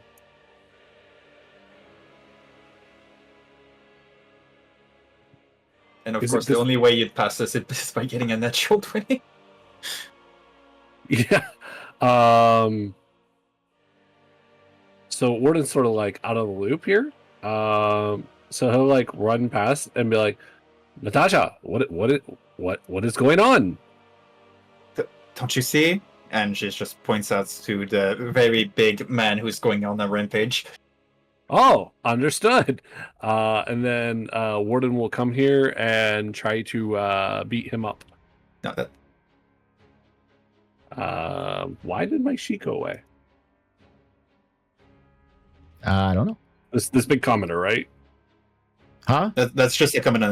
That's just a commenter. Yeah. He's up here. Oh wait. Yeah, he's up here. So don't fight this commenter. No. Oh. Wait. I mean, is this Warden asking or Moby? Sorry. Wait, I heard this big guy's going on a rampage. It's true that this one is big. He is kind of big. Again, I added them very quickly, so I didn't have time to okay. resize so them. But this guy, not the other guy. Yeah. Okay. And longsword. I did target him. What? T? You must target someone. You have the. Looks like you have the commenter targeted too. You got to untarget the commenter. Oh, I see. Okay, so don't stop targeting him. Just target them. And now it should work. There, I made those guys smaller so they're not as confusing. Normal. And no thank you. Right, your sword tears into him and he's just enraged. He doesn't seem in his right mind at all. He's like it's kind of like a Hulk transformation that happened to him.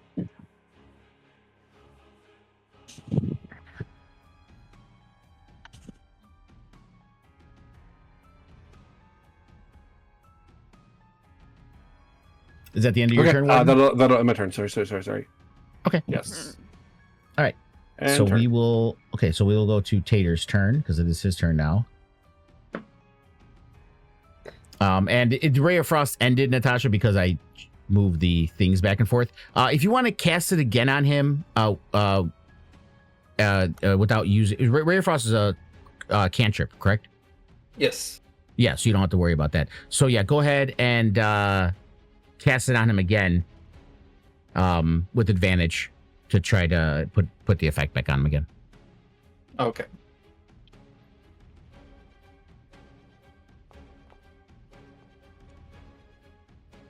There we go. Okay. I will not do the damage, I suppose. Yeah, don't do the damage because he already took the damage from the first one. All right. So now it is his turn. Actually, go ahead. Did it already close out for you? The damage? Yes. I'll just apply it. I can just apply it to him. There we go. Okay. All right. So as you guys are attacking him now, his eyes do turn towards Warden as the closest one to him, as he's quite enraged. You see him holding a kind of vicious battle axe as he's tearing through this thing. So he uses Reckless. So he will have advantage on his attack rolls until the next turn, but he also has you guys will also have advantage until the start of his next turn against attacks against him. So he will come at you with his axe, Warden, and he gets a nat 1. He's just so enraged. And also to roll that with advantage. Whoops. Let me roll again. There we go. So with his advantage as his reckless form, he does hit you with his axe as it tears into you for 12 points of damage. Ow. Yeah. And that is the end of his turn. Celine. All right, so I will move 1, 4.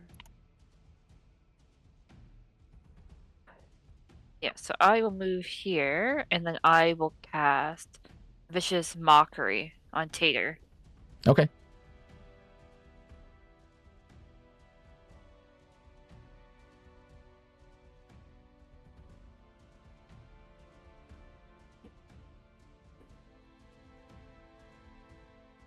Are you able to target him?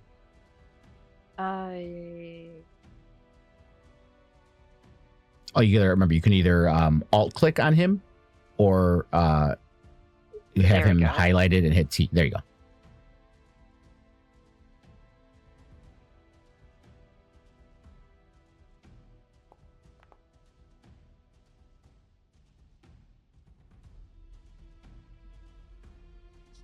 All right. So he succeeds his saving throw. What do you say to him? I think I say to him, I'm like, if it wasn't for all those steroids, you'd be a pepsqueak. As in the middle of you saying that, he just says, like he doesn't even hear you. as you say what you're saying to him, as he just roars angrily. Is that the end of your turn, Amaranth?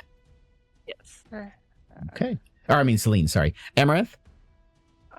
So he's not very injured, and I'm going to move forward a bit.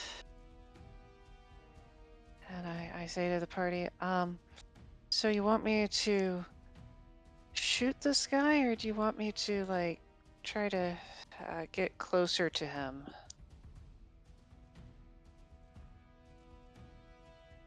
Because I can try to dash, but I still don't think I'd be all the way there.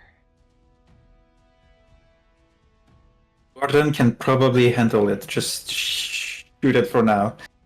We need to injure it so I can put him to sleep. I cannot handle.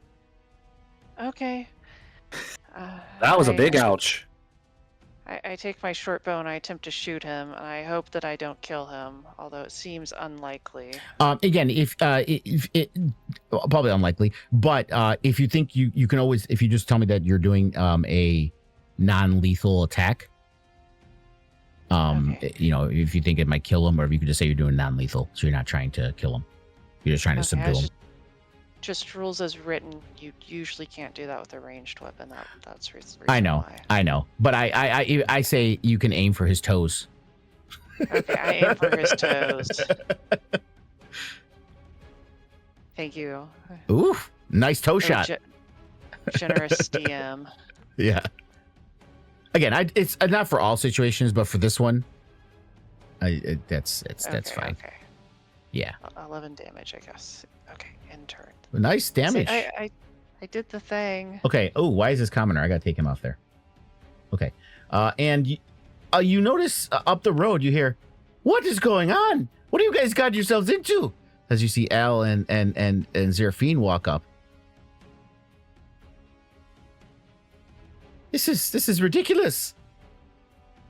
And Al will pull out his bow and take a shot. And hits.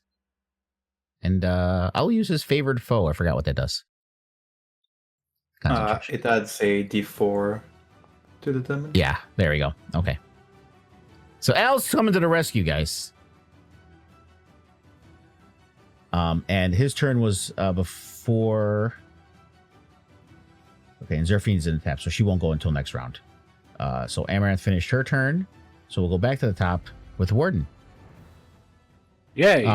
He does have reckless. I think it should, when you try your attack, it should automatically give you advantage. If it doesn't, just roll it a second time. I just want to see if it works the way it's supposed to. Okay.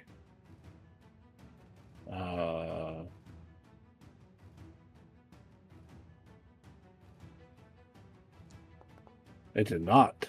Okay, so go ahead and roll again, just to see if you get a nat 20. What the? Okay.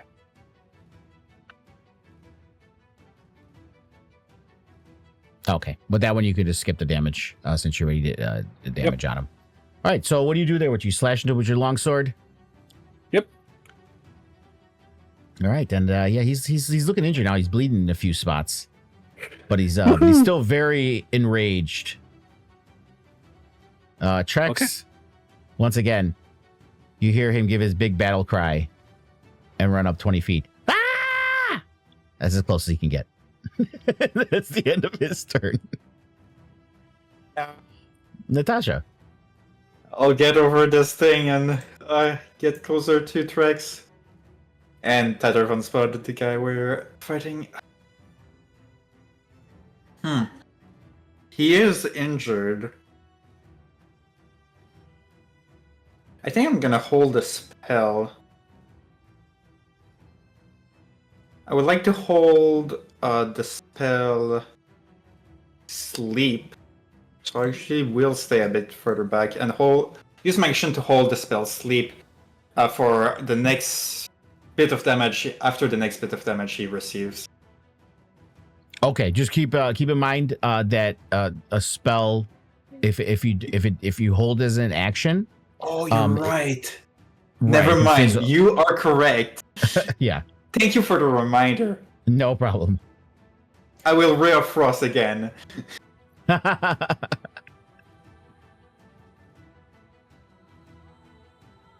I don't want to accidentally kill him, and Ray of Frost is just a D8. Ooh, 14? Yeah. Now with the spells, unfortunately, I can't say you can't do non-lethal with the spells because the spell is a spell. But yeah. 2 cold damage. Yeah. And he's got the effect back on him again.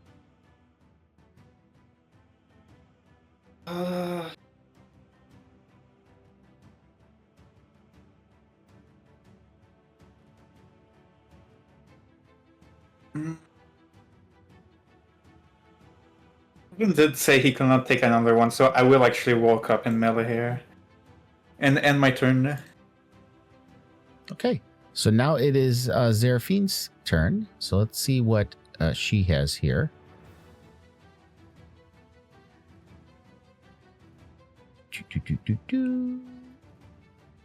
All right.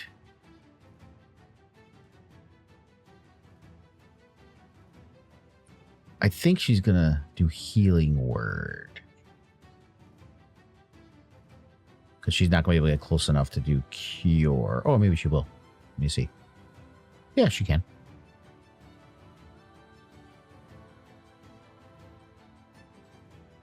Oh, she doesn't have Cure Wounds prepared, I don't think. No, she does not. Okay. All right. So she will not get closer. She'll stay back here. And she'll look at Warden. Oh, Warden, you're not looking so good. What happened to you? And we'll Healing Word. I am hurt. Well, here, let me help you. So the Seraphine basically just have a cold, and that's why she sounds so weird. Yes, that could be Yeah. exact. I can't do her voice. I can do Al much. Al is easy to do. I can do Al. Yes, lads, this is not a good thing. Zeraphine, I cannot do Seraphine's voice, but she cures Warden. I am less hurt. And what does she have as a bonus action? Well, Healing Word was her bonus action. And as an action, I guess Sacred Flame. What? It's a cantrip.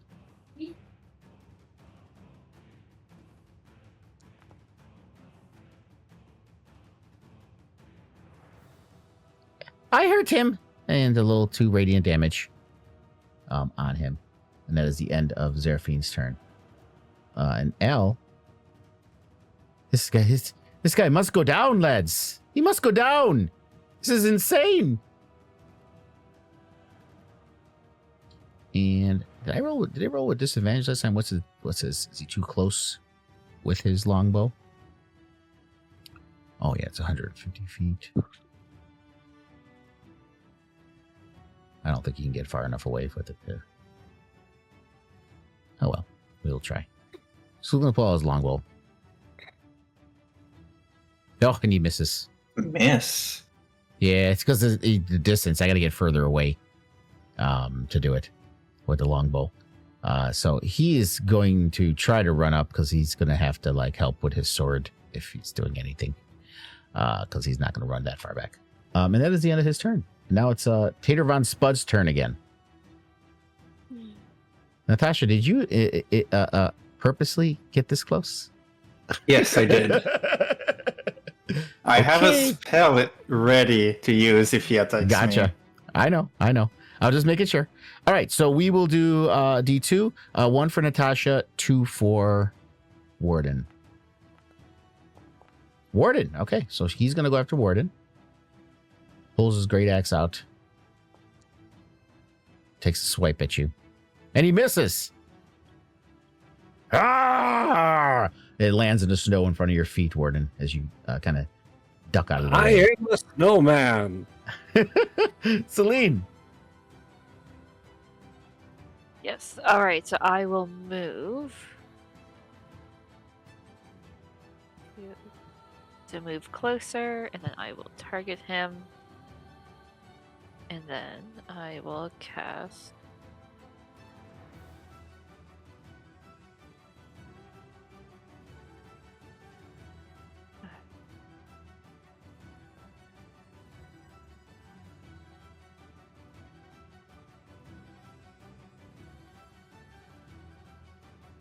Vicious Mockery again. Oh, and that one, he failed. So what do you say, Celine?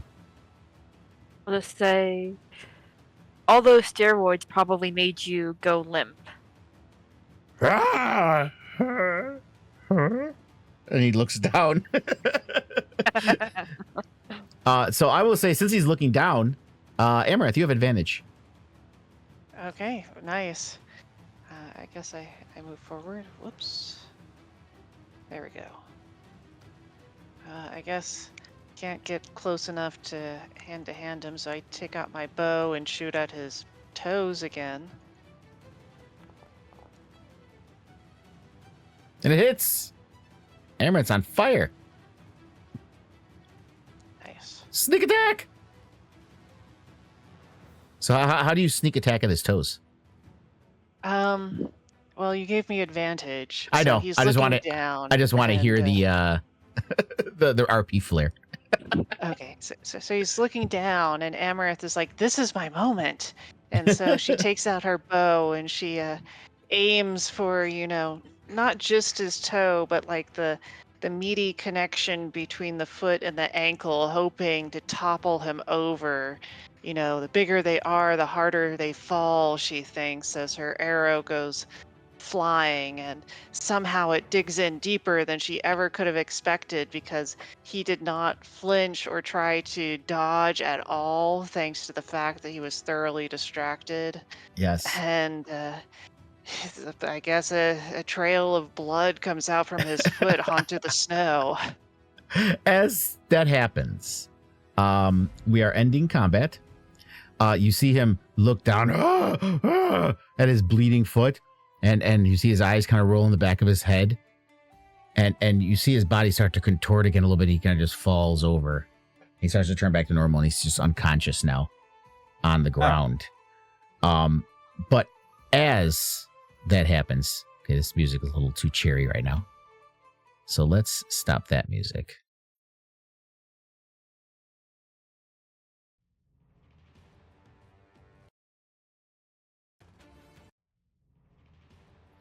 All right.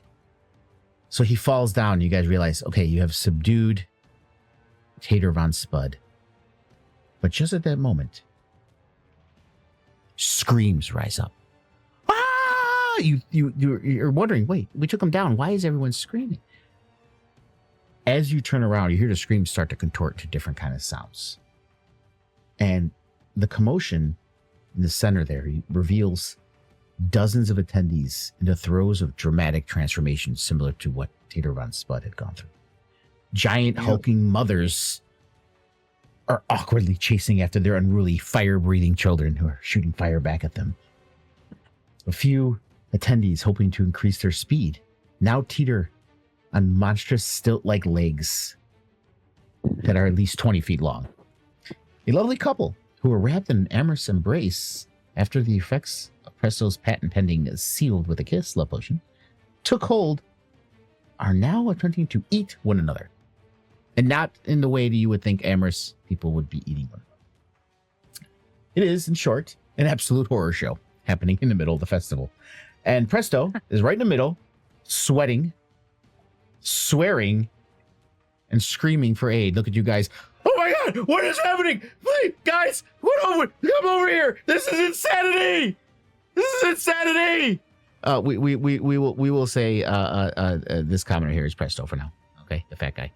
And he's screaming for you guys. Going as all this commotion is happening all over the festival in the center of town. What do you do?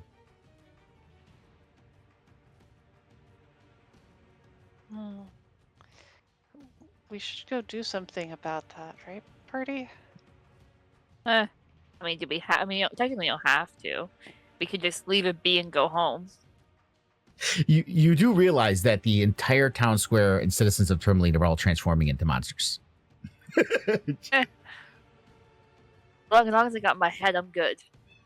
I mean, this kind of potion mishap could happen to anyone, right? It's not his fault, probably. Any of you drink any? We gave one to Oh no! To Trex. You see him start to twitch a little bit. What? Checks don't feel right. I'm His- casting a spell on his Trix head- right now before anything happens. His head is like sideways. his arms are not. The rest of him is still skinny. His arms are getting wider and wider and wider. And in the center there, you see Presto. You see one of those long, stilted creatures stepping over him, and he's ducking. Please, guys, help me! I'll give you anything. We need to fix this. This is not right. I look at And I could look after at him and be like, Go ahead. I was gonna say, I look at him and be like, I want another head. Fine, I'll help you with the head. I don't care. With Like, that, alright, I'm in. Natasha, what are you casting? And then we will take a bio break after that. Casting sleep on Trix, hopefully, hoping that it will like stop him from doing anything. Okay. 25. If his Okay. HP total or lower is lower than that, he will fall asleep. Oh yeah, he's out. He's out. Tater on Spot was already out, but yeah, he was in the circle, but that's fine. So yeah, Trex, you see him, and he falls over. He's asleep. He's twitching in his sleep, but he's out. And we will pause here, and we can take a bio break. 10 minutes. So be back at 7:15. All right.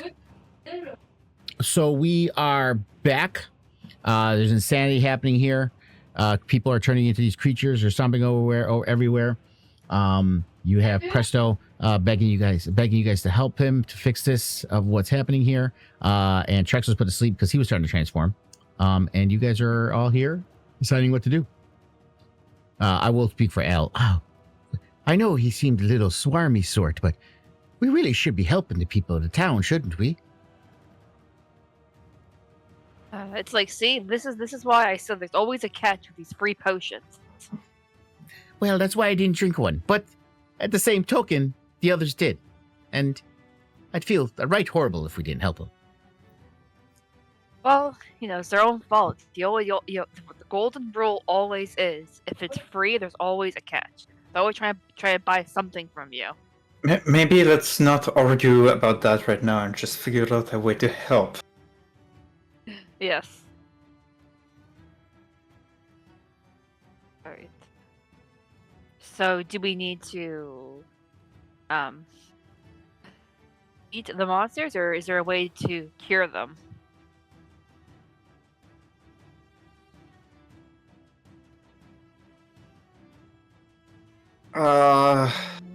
I suppose I'll rush to the guy who was selling the potion, which he said it was this guy, right?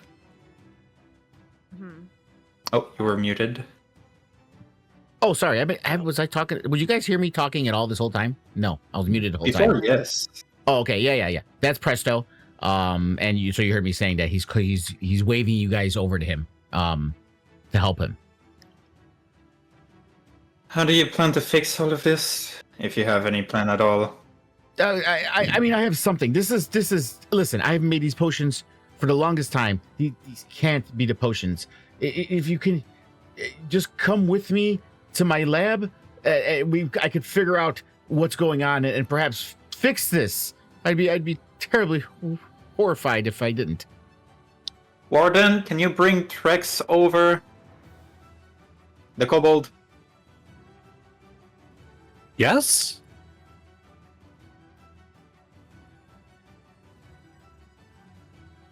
But anyway, I'm certain there's a way I can reverse this mess. It's all in my notebooks, but it's back in my study. He's looking around at everything, running around all these creatures. I don't know if I can make it there on my own. Well, let's go, and we're bringing the perfect test subjects, and I'm pointing to Drex. Okay. As Warden carried them around, I assume. Okay. Yes. So you guys can. He leads you through some streets. I don't have a map for his study. I didn't have time to make that. So you guys manage to winding through streets, dodging people turning into creatures, other people who are running away from what's happening. Basically, Tourmaline's in chaos right now.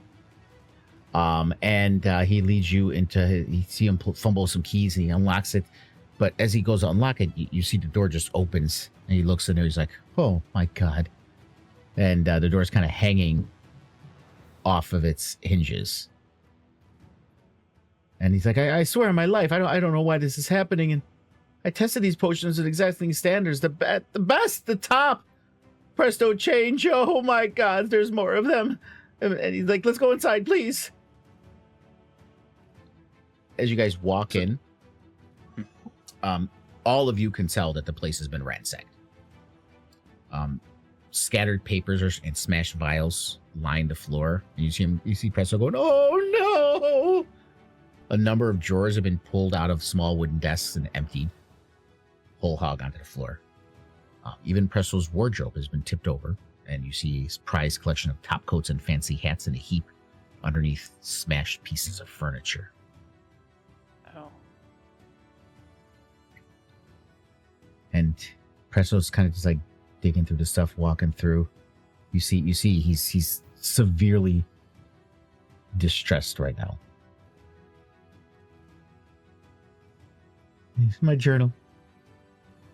It's gone. He explains as he points to a small hidden panel cracked along the wardrobe's back. Who would do this? You work with anyone recently? I don't know. I work alone. Give me a investigation check, Natasha. We'll give you that, yes. EC 15. 16. Beautiful. All right. So with a 16, you look around and you see that it's a big mess, obviously. There's lots of spilled potions, as well as green chemical burns along the floor in certain areas where some of the more volatile ingredients in Pretzel's potions have seeped into the woodwork. You do notice 2 pieces of folded parchment among the mess. And I will pull those up for you. All right. So the first one you see is this card, which is like one of his. It looks like a card. It says, "The cure for what ails, even if what ails was a cure. Hammerhearths, healing and haberdashery, potion reversal, limb regeneration, the finest hats. Opening soon." And the other thing you see, it appears to be a letter. And it says, to Mr. Hold Hammerhearth, from Patsy's Princely Print Shop. Dear Mr. Hammerhearth, please see the attached final proof for your recent order.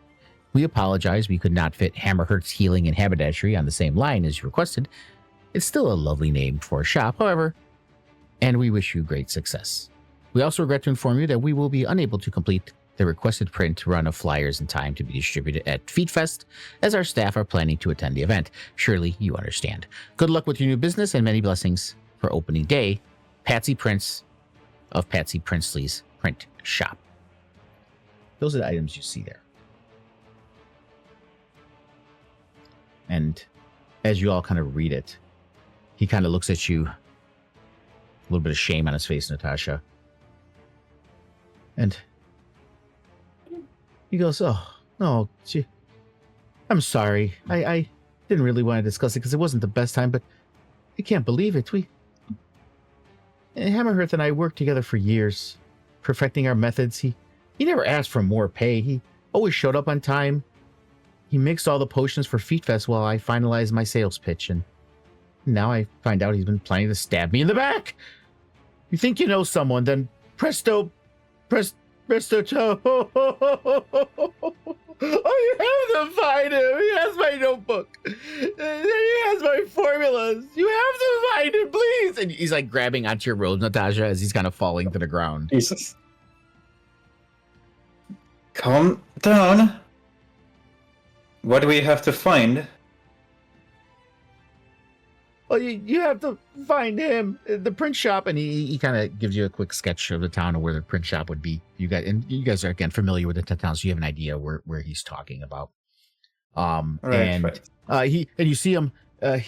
He does find another hidden panel, and he pulls out a few bottles that weren't destroyed.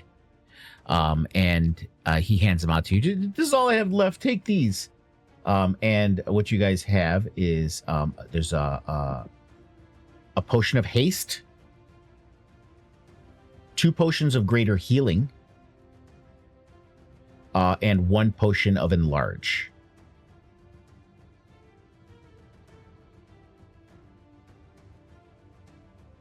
You guys want me to put that in the chat? Yeah. Yes, Okay. please. So 1 potion of haste, and then you if you need help, I can get it for you. But you can grab those from the compendium.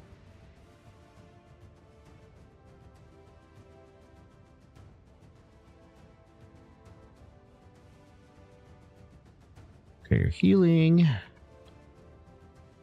and potion of enlarge.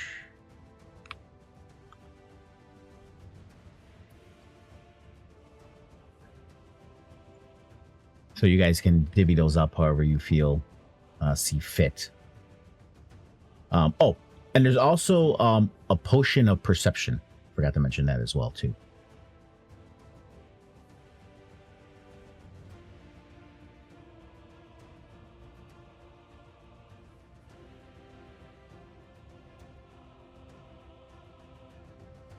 We'll go there, and you're coming with us, of course. I mean, I could. I don't know what help I'd be to you. Are you of any help by staying here? And he looks at you, and you realize, so again, passive perception, you realize that he is just a shop owner, Natasha. And you see his spindly arms and his age that fighting wise, he obviously will offer you no assistance. And he could be a burden to you see he's kind of out of breath bringing you guys to the shop. So you could make him come along if you'd like, but you do realize that he might be a burden if you take him with. Never mind. You stay here safely.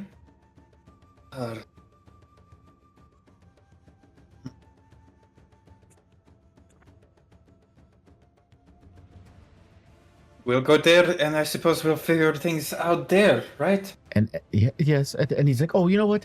And he goes through drawers, and he's like, I think I might have, aha!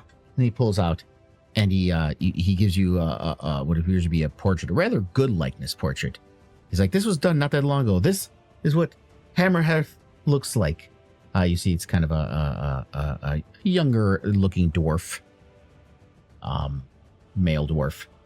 In there, and it's a pretty good likeness. So by looking at that picture, if you do see him, you pretty much would be able to recognize him. Noted. Well, Council Adventure, let's hurry, everyone. And Natasha will start heading off to where he pointed out on his little scribble of the shop, or yeah. the So you place. guys want to head towards his the print shop? Yes. Yes. Okay. All right. Did For the anyone want potions, I to? think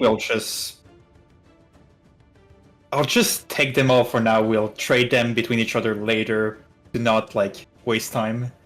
Yeah.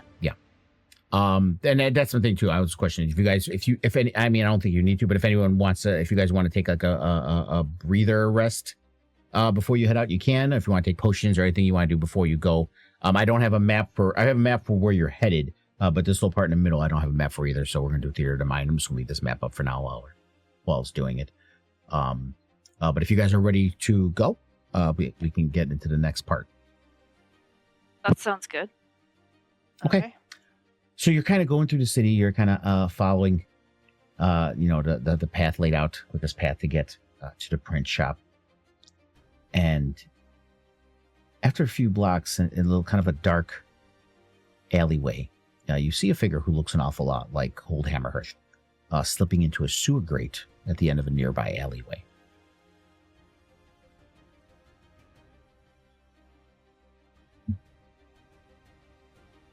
Hammerhearth?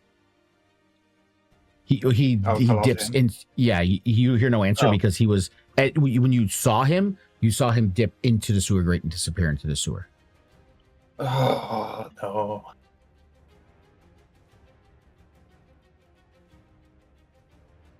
I guess Natasha will run up to the sewer grate and just look down Okay. and then look at everyone else. So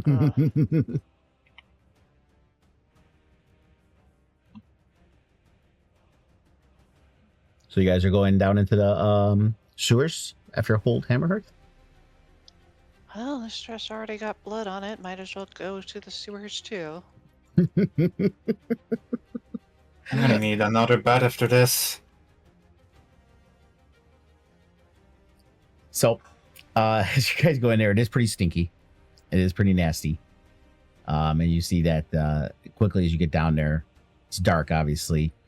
Again, theater of the mind, if someone wants to use a torch, or I'm sure Zerfine, I'm sure, would give you guys her, those of you who need it.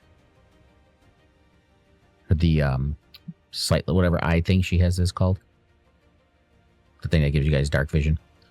Yes. Yeah. So sure, she would give you guys that, so those of you who can't see can see, as you go into these, what appears to be a labyrinthine network of subterranean passageways. Which The is kinda eyes of the common. night. Eyes of the night. Yes, thank you. So you can kind of hear the footfalls at a distance. So you're kind of following him, but it seems like he's always just a little bit ahead to where you guys are going. The first one you're going, as you're following it, liquid flows on either sides of the landing where you guys are at.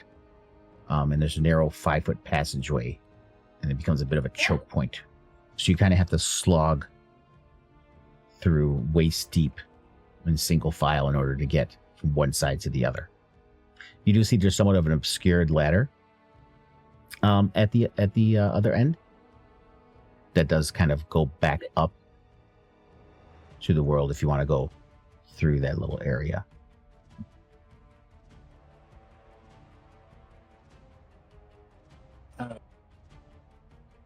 He hasn't gone back up. He's still in the sewers. Yeah, I would say give me a perception check. Sure.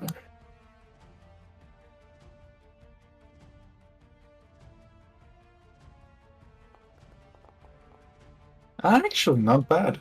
Nice. Okay. So you're looking and you kind of hear the splashing footfalls, and you realize that he's gone past that ladder, so he hasn't gone up that ladder. Then we'll just keep following it from down here, since he hasn't gone up. Yeah, you see one passageway ahead of you. It goes kind of far down, but you can't see at the end of it, so you'd have to keep going. You have to go through that little choke point, waist deep. Go through it, and then you can keep walking down to the other side to see where the tunnels lead.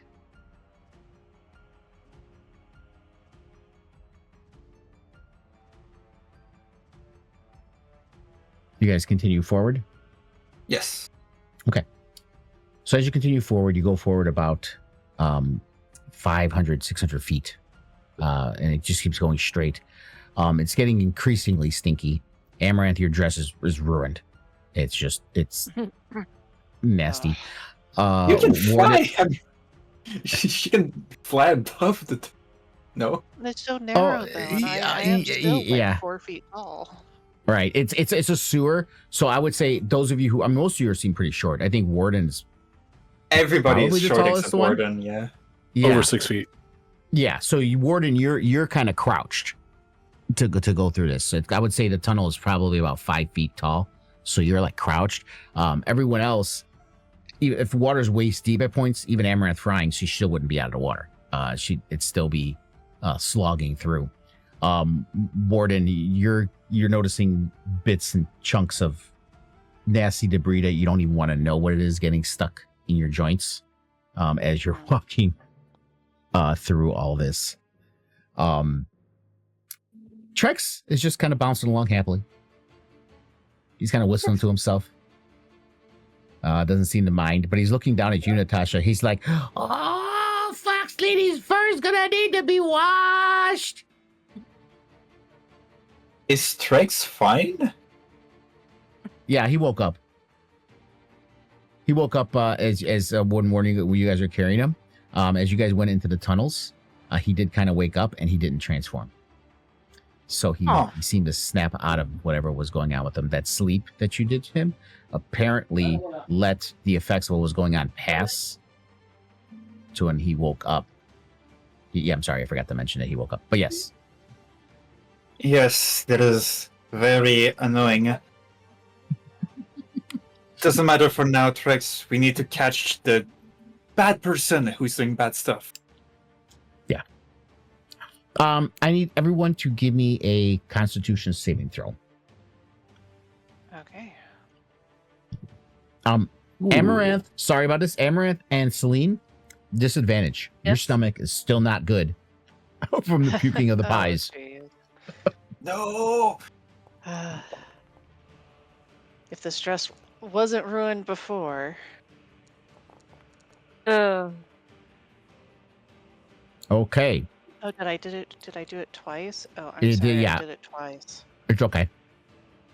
And just delete the second one. Yeah. Alrighty. So, Amaranth. Let me see.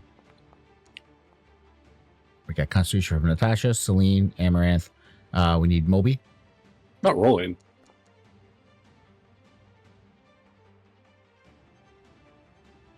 Okay, it's not popping up in chat. It's not rolling. Are you rolling Constitution? You're clicking on the saving throw box where it says Constitution +2? Did it do it that time? Yeah. Nope. No. Oh, no, it's not. Okay, let me try it for you. Let me see here. I don't know what's happening. That's odd. See, I rolled it and it rolled. It's just, I don't know what's going on. But you got a 20. So with the one I rolled for you. So you're doing okay. I'm just going to refresh the page. Yeah, that would work. So Amaranth, you just missed it. Natasha just made it. Oh no, you didn't. That was your perception check. Sorry. So everybody failed except Warden. Actually, I gotta do Al and I gotta do 3. I gotta do Al, Zeraphine, and Trex. Oof. Zeraphine. Guys, I don't feel so well. Zeraphine kind of looks at you guys. And Trex.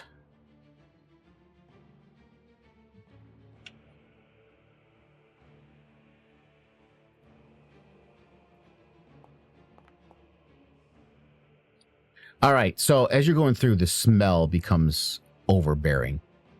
And you feel green at the gills. And it just doesn't feel good. And everyone except Warden pukes. And you all take a D4 of poison damage, I'm going to call it.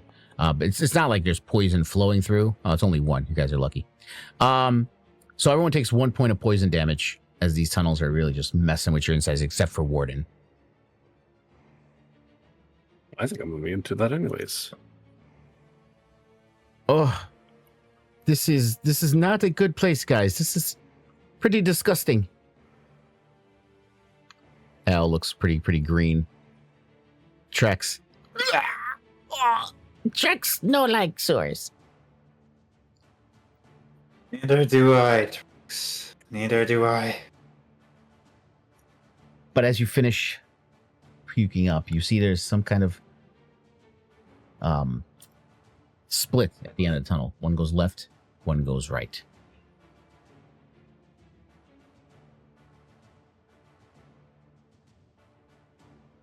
And do we know which way is the right one that the guy we're chasing went?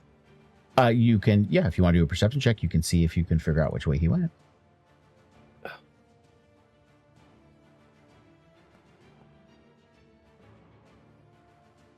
Ooh, Natasha is... Okay. Was that you again, Warden, that rolled that one? I saw a dice roll? I didn't touch anything. Okay. Yeah, I saw a dice roll on the screen, but I didn't see nothing in the chat again. So yeah, that was I'm not me, sure. I think, this time. Yeah, It's try possible that like it was lagging maybe from my yeah, rolls, try but- doing a refresh. I'm going to refresh mine too, just to make sure. So everybody refresh your F5, just refresh your boundary.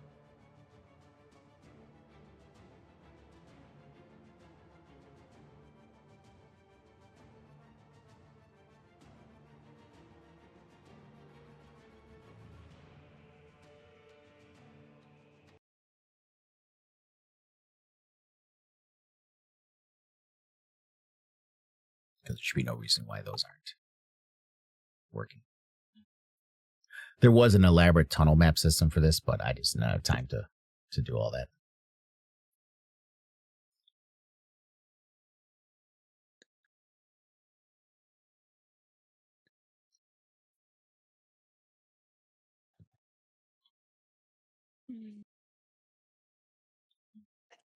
Okay. Once you're back in, Natasha, if you're the one rolling a perception check, you can try again. If anyone else wants to try too, you can. Yeah, I'll try. Perception.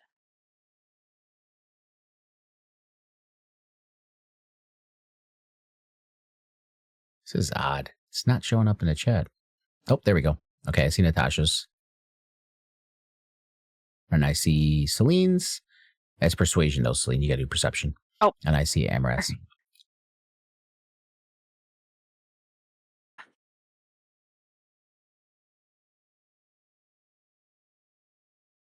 Okay, so even though yours is a little low, Celine, that was a religion check.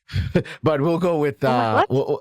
Yeah, you did really. It's okay. Oh. But Amaranth and Natasha got pretty good ones. So they can kind of help lead you guys around. So you guys do... you hear the splashing, and it seems to be coming from the right tunnel. All right, then we'll go there right away without waiting. Okay. So you guys are going there. You see another tunnel's kind of windy. It's not as the water seems to be lower here as you guys get closer. It's gone down to about, it's still only 5 feet in there, but the water seems to have gone down to like ankle depth. So it's not as deep as it was before. It is single file. So what order? What's your walking order, guys? I mean, Amaranth Oh. doesn't want to be in front. I'll be in the middle. I suppose Natasha has been the one kind of leading this whole thing so far. So Natasha would be in the front. You want to be in the front? Okay. The wizard in front. Sure. That's fun. That's funny. All right, I'm so the we got one who's Natasha. been leading this whole thing. Celine says somewhere in the middle. Warden, where would you be? I'll put Zerafine near the back. In the front? Natasha says, Natasha called the front. I would say, do you guys want to discuss it, decide who's in front, or do you guys want to roll off? See who pushed ahead first. Warden can be in the front. Okay. Warden's in front. Celine's kind of in the middle. We'll put her back a little bit. We'll say Al would want to be right there with you guys. Amaranth, do you want to be behind Celine? Yes. About Okay. there. And Something told me Strix is right behind Natasha. I was going to say, you know what? Al wanted to get in there, but Trex kind of shoved his way in to be behind Natasha. So you guys are going single file through this. As you're going through, Warden, I need a perception check, please. DC 13. Is this with Ooh. Okay, never mind. Okay. So as you're walking, Warden, you're kind of sloshing through, and for a second you realize something. You look down, but too late. You hear click as you see your ankle pull what appears to be a tripwire that are connected. And then as you look side to side, you see right before they go off a series of rudimentary crossbows. Whoopsie. So that's going to be right here, the tripwire where you're standing. So it's single file. It's only Natasha and Warden as you guys are in the front as these crossbows go off. So I need a dexterity saving throw from both of you. That would be a 15. 15. Yes, he made it. The wizard is kind of good at evasions. Yeah. Oh no. Okay, so Warden trips on this wire, Natasha, and you hear it. Oh no! And your senses immediately go off, and you see where his head turns. You see the crossbows, and you duck as these crossbows shoot over. They do graze you, but you see them kind of clink directly into Warden's armor. As you guys, as it's 2d6 damage. So Warden, you take 7. Natasha, you will take 3. God. Ow. Ow, ow, ow, ow, ow. I'm a pincushion. Like, can Warden feel pain? Yes, indeed. Yes, indeed. So you guys travel down some more, and it kind of opens up into a little bit more of a reading room space, so you guys can travel. You don't have to be a single file anymore. I would say it's 20 feet of space, so you can move in that kind of area like that. As it opens up a little bit. You do see there's a tunnel on the other end of this open area.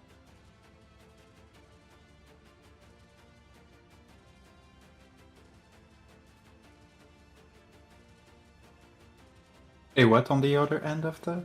Another tunnel. Another tunnel. Yeah. So we'll have to go one by one again. No. You're in a narrow tunnel right now. It opens up into this room that's 20 feet wide and what is it, 5, 10, 15, 30 feet long. So you guys are at the you guys are at the I put you in the box just to give you an idea, but you guys are at the opening of it. And in front of you is this 20-foot wide, 30-foot long open space. And at the far end of it is another tunnel that narrows into a single file. Yeah, that's what I thought. So we'll have to go one by one to go continue into the tunnel after that. Once once you pass this room, you have to go one by one back into the tunnel. Yes. I'm starting to think this is a bad idea, chasing this man. And the floor here, doesn't seem to be ankle deep water anymore, but it is kind of real muddy.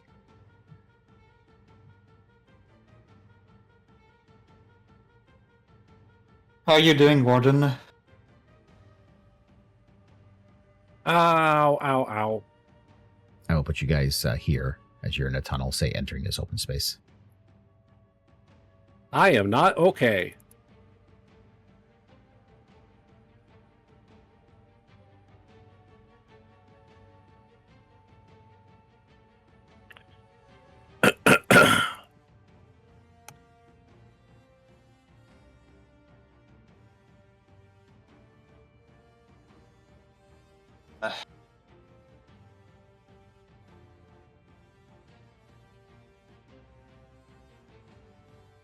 What is everyone's opinion on this? Do we keep going or?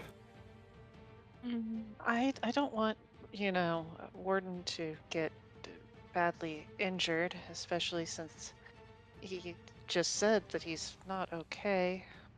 Does somebody else wants to take the lead? I will be okay. Well then, please make up your mind. Are you okay or not? I am not okay. I will be okay. I think what Warden is trying to say is that he can push through this. Sure. Yes.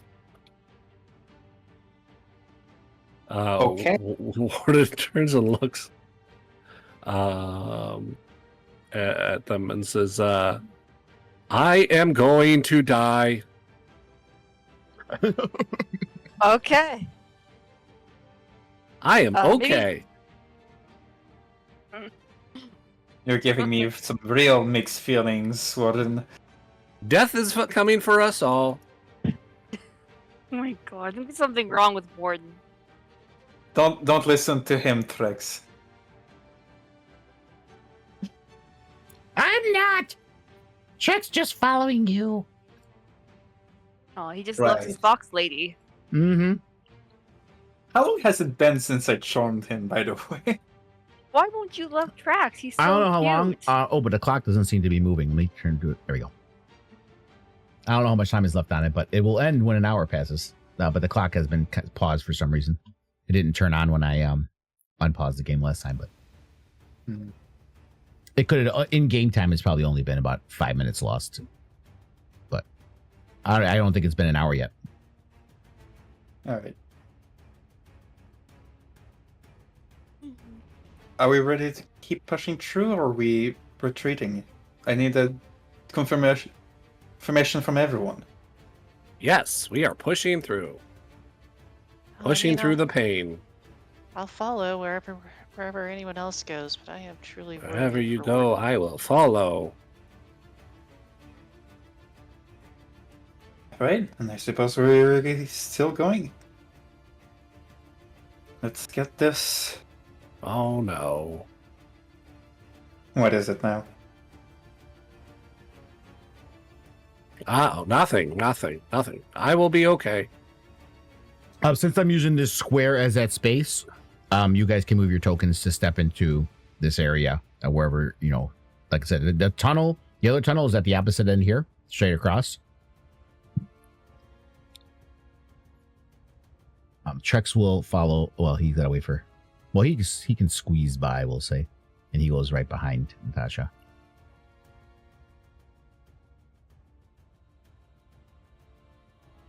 Warden, did you step in? Because you would have had to get. Yes. Sorry. Okay. We'll let Al come in. He'll go over here.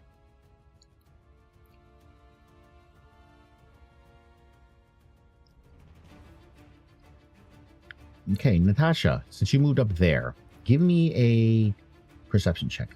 A perception check. Mm-hmm. I've been rolling pretty well, even though I have no bonus. Hopefully it keeps going. Yeah, DC 12. Another 50. Ooh. You see it, yeah. Nice. Okay, so you're looking at the mud in front of you. You're noticing you do see his footprints, and they kind of lead into that tunnel, so you know he went there. But you do notice this area of the mud seems to be a little bit thicker, but solid for some reason, and you realize that whole area, that 10-foot by 20-foot rectangle, is pressure plates underneath the mud.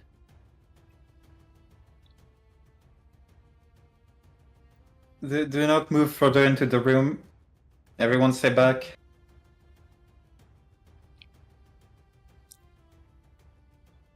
There's quite a large pressure plate right in front of us. I'm assuming Celine and Amaranth, did you guys enter the room with them? Yes. Okay. I'll move you guys forward. Okay. Amaranth, being the roguish type, it is a trap. And pressure plates. You would be able to try to disarm them. Okay, I would love to do that. Okay. Is this sleight of hand, thieves' tools, something else? Yeah, you can do either sleight of hand or thieves' tools. Thieves' tools is, if you have them, that's a good way. And let me decide what the DC is. Okay. All right. So it is a DC 17. I look at the rest of the party. I'm like, I get the feeling these traps are pretty tricky. I don't know if anyone has any way they'd like to help, but I am willing to go up and give it a try, even if it's dangerous. I'm sure Zifrin will love to guide you. Cough, cough. Yes. Does Zerfine guide me? Cough, cough. Zerfine will definitely give you. I'm just Amaranth. This place is just so terrifying. Of course, it's silly me. I should have did it to begin with. I don't know what I was thinking. Oh, no Give you worries. Thank guidance. you very much. Okay, so an extra 2. Oof, this is still not a super easy roll, but okay, let's go. Oh. Ooh. Okay. Yeah. So, How you badly are does not it blow able to up? disarm it. You're looking at it, and Zerfine's over your shoulder, and she sees all the wires, and she's like, "Okay, you're the one that does this stuff, Amaranth. But I think, like, no, not the red wire, not the red wire, the green wire, or maybe the blue wire. How about the purple wire? Maybe the red wire. Definitely the red wire." Okay, and so while that's all going on, I just like my brain goes haywire and I just cut several of them at once. And as you do that, you hear, and you see from the walls, poison gas starts to come out. But because you guys knew there was a trap, you guys will all have an advantage on the saving throw. So with this, it is okay. DC 15 Constitution saving throw, and everybody has advantage on it.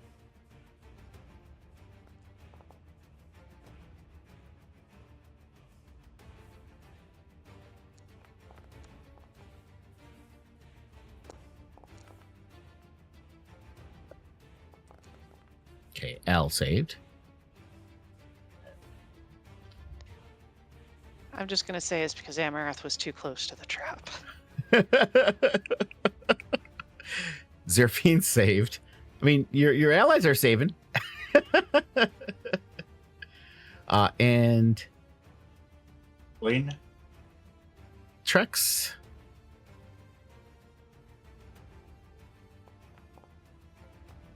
Nat 20. Oh wow. All right, so it looks like everybody except Amaranth and Natasha. Selena hasn't rolled yet. Who? Celine?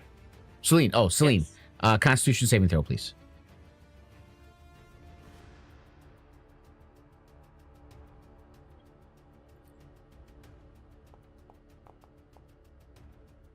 You can do it with advantage. So just do it again. So just roll it. Just roll it a second time.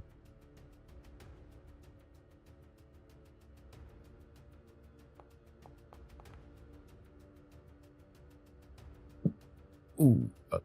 Yeah. Okay. So you did an ability check, not a saving throw, but I think it'd be the same thing. But okay. So yeah. So you did fail, unfortunately. All right. So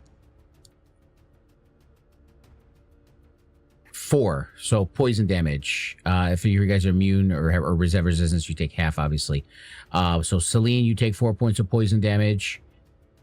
Amaranth and Natasha, you each take 4 points of poison damage. But the trap has been triggered and set off, so it is safe to cross. Yeah, it is. It is time. I'm not doing good.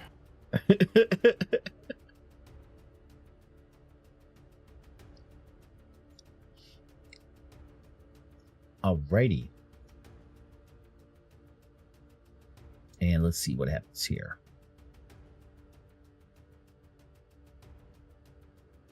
All right, so yeah, you continue on towards the other tunnel, and it goes for a little bit further, and you see that it does end with a large wooden door at the end. And you can hear sounds echoing from within what appears to be old stronghold. So I have a map for that. That one I actually was able to make a map for. But it is 8 o'clock, so we are done for tonight. This is the technically, like we're about, I believe, the end of this thing. So if you guys want to continue this next week with Zeraphine and Al, I know Celine won't be here, but with Zeraphine and Al being back, you guys can make the choice together if you guys want to continue this little side quest. Which, again, this doesn't have any bearing on the campaign. Fun. We can continue it. But it's up to you guys how you guys want to continue it. But yeah, there we go. I hope that was satisfactory. Last minute, was great. sorry, something together. But yeah, so it is 8 o'clock. Let's let Dazzle get ready for her campaign, and we will pick this up next Saturday, guys. And Celine, Okay. hope you have a good time next week, Devin. And we'll see you the following week after. Okay.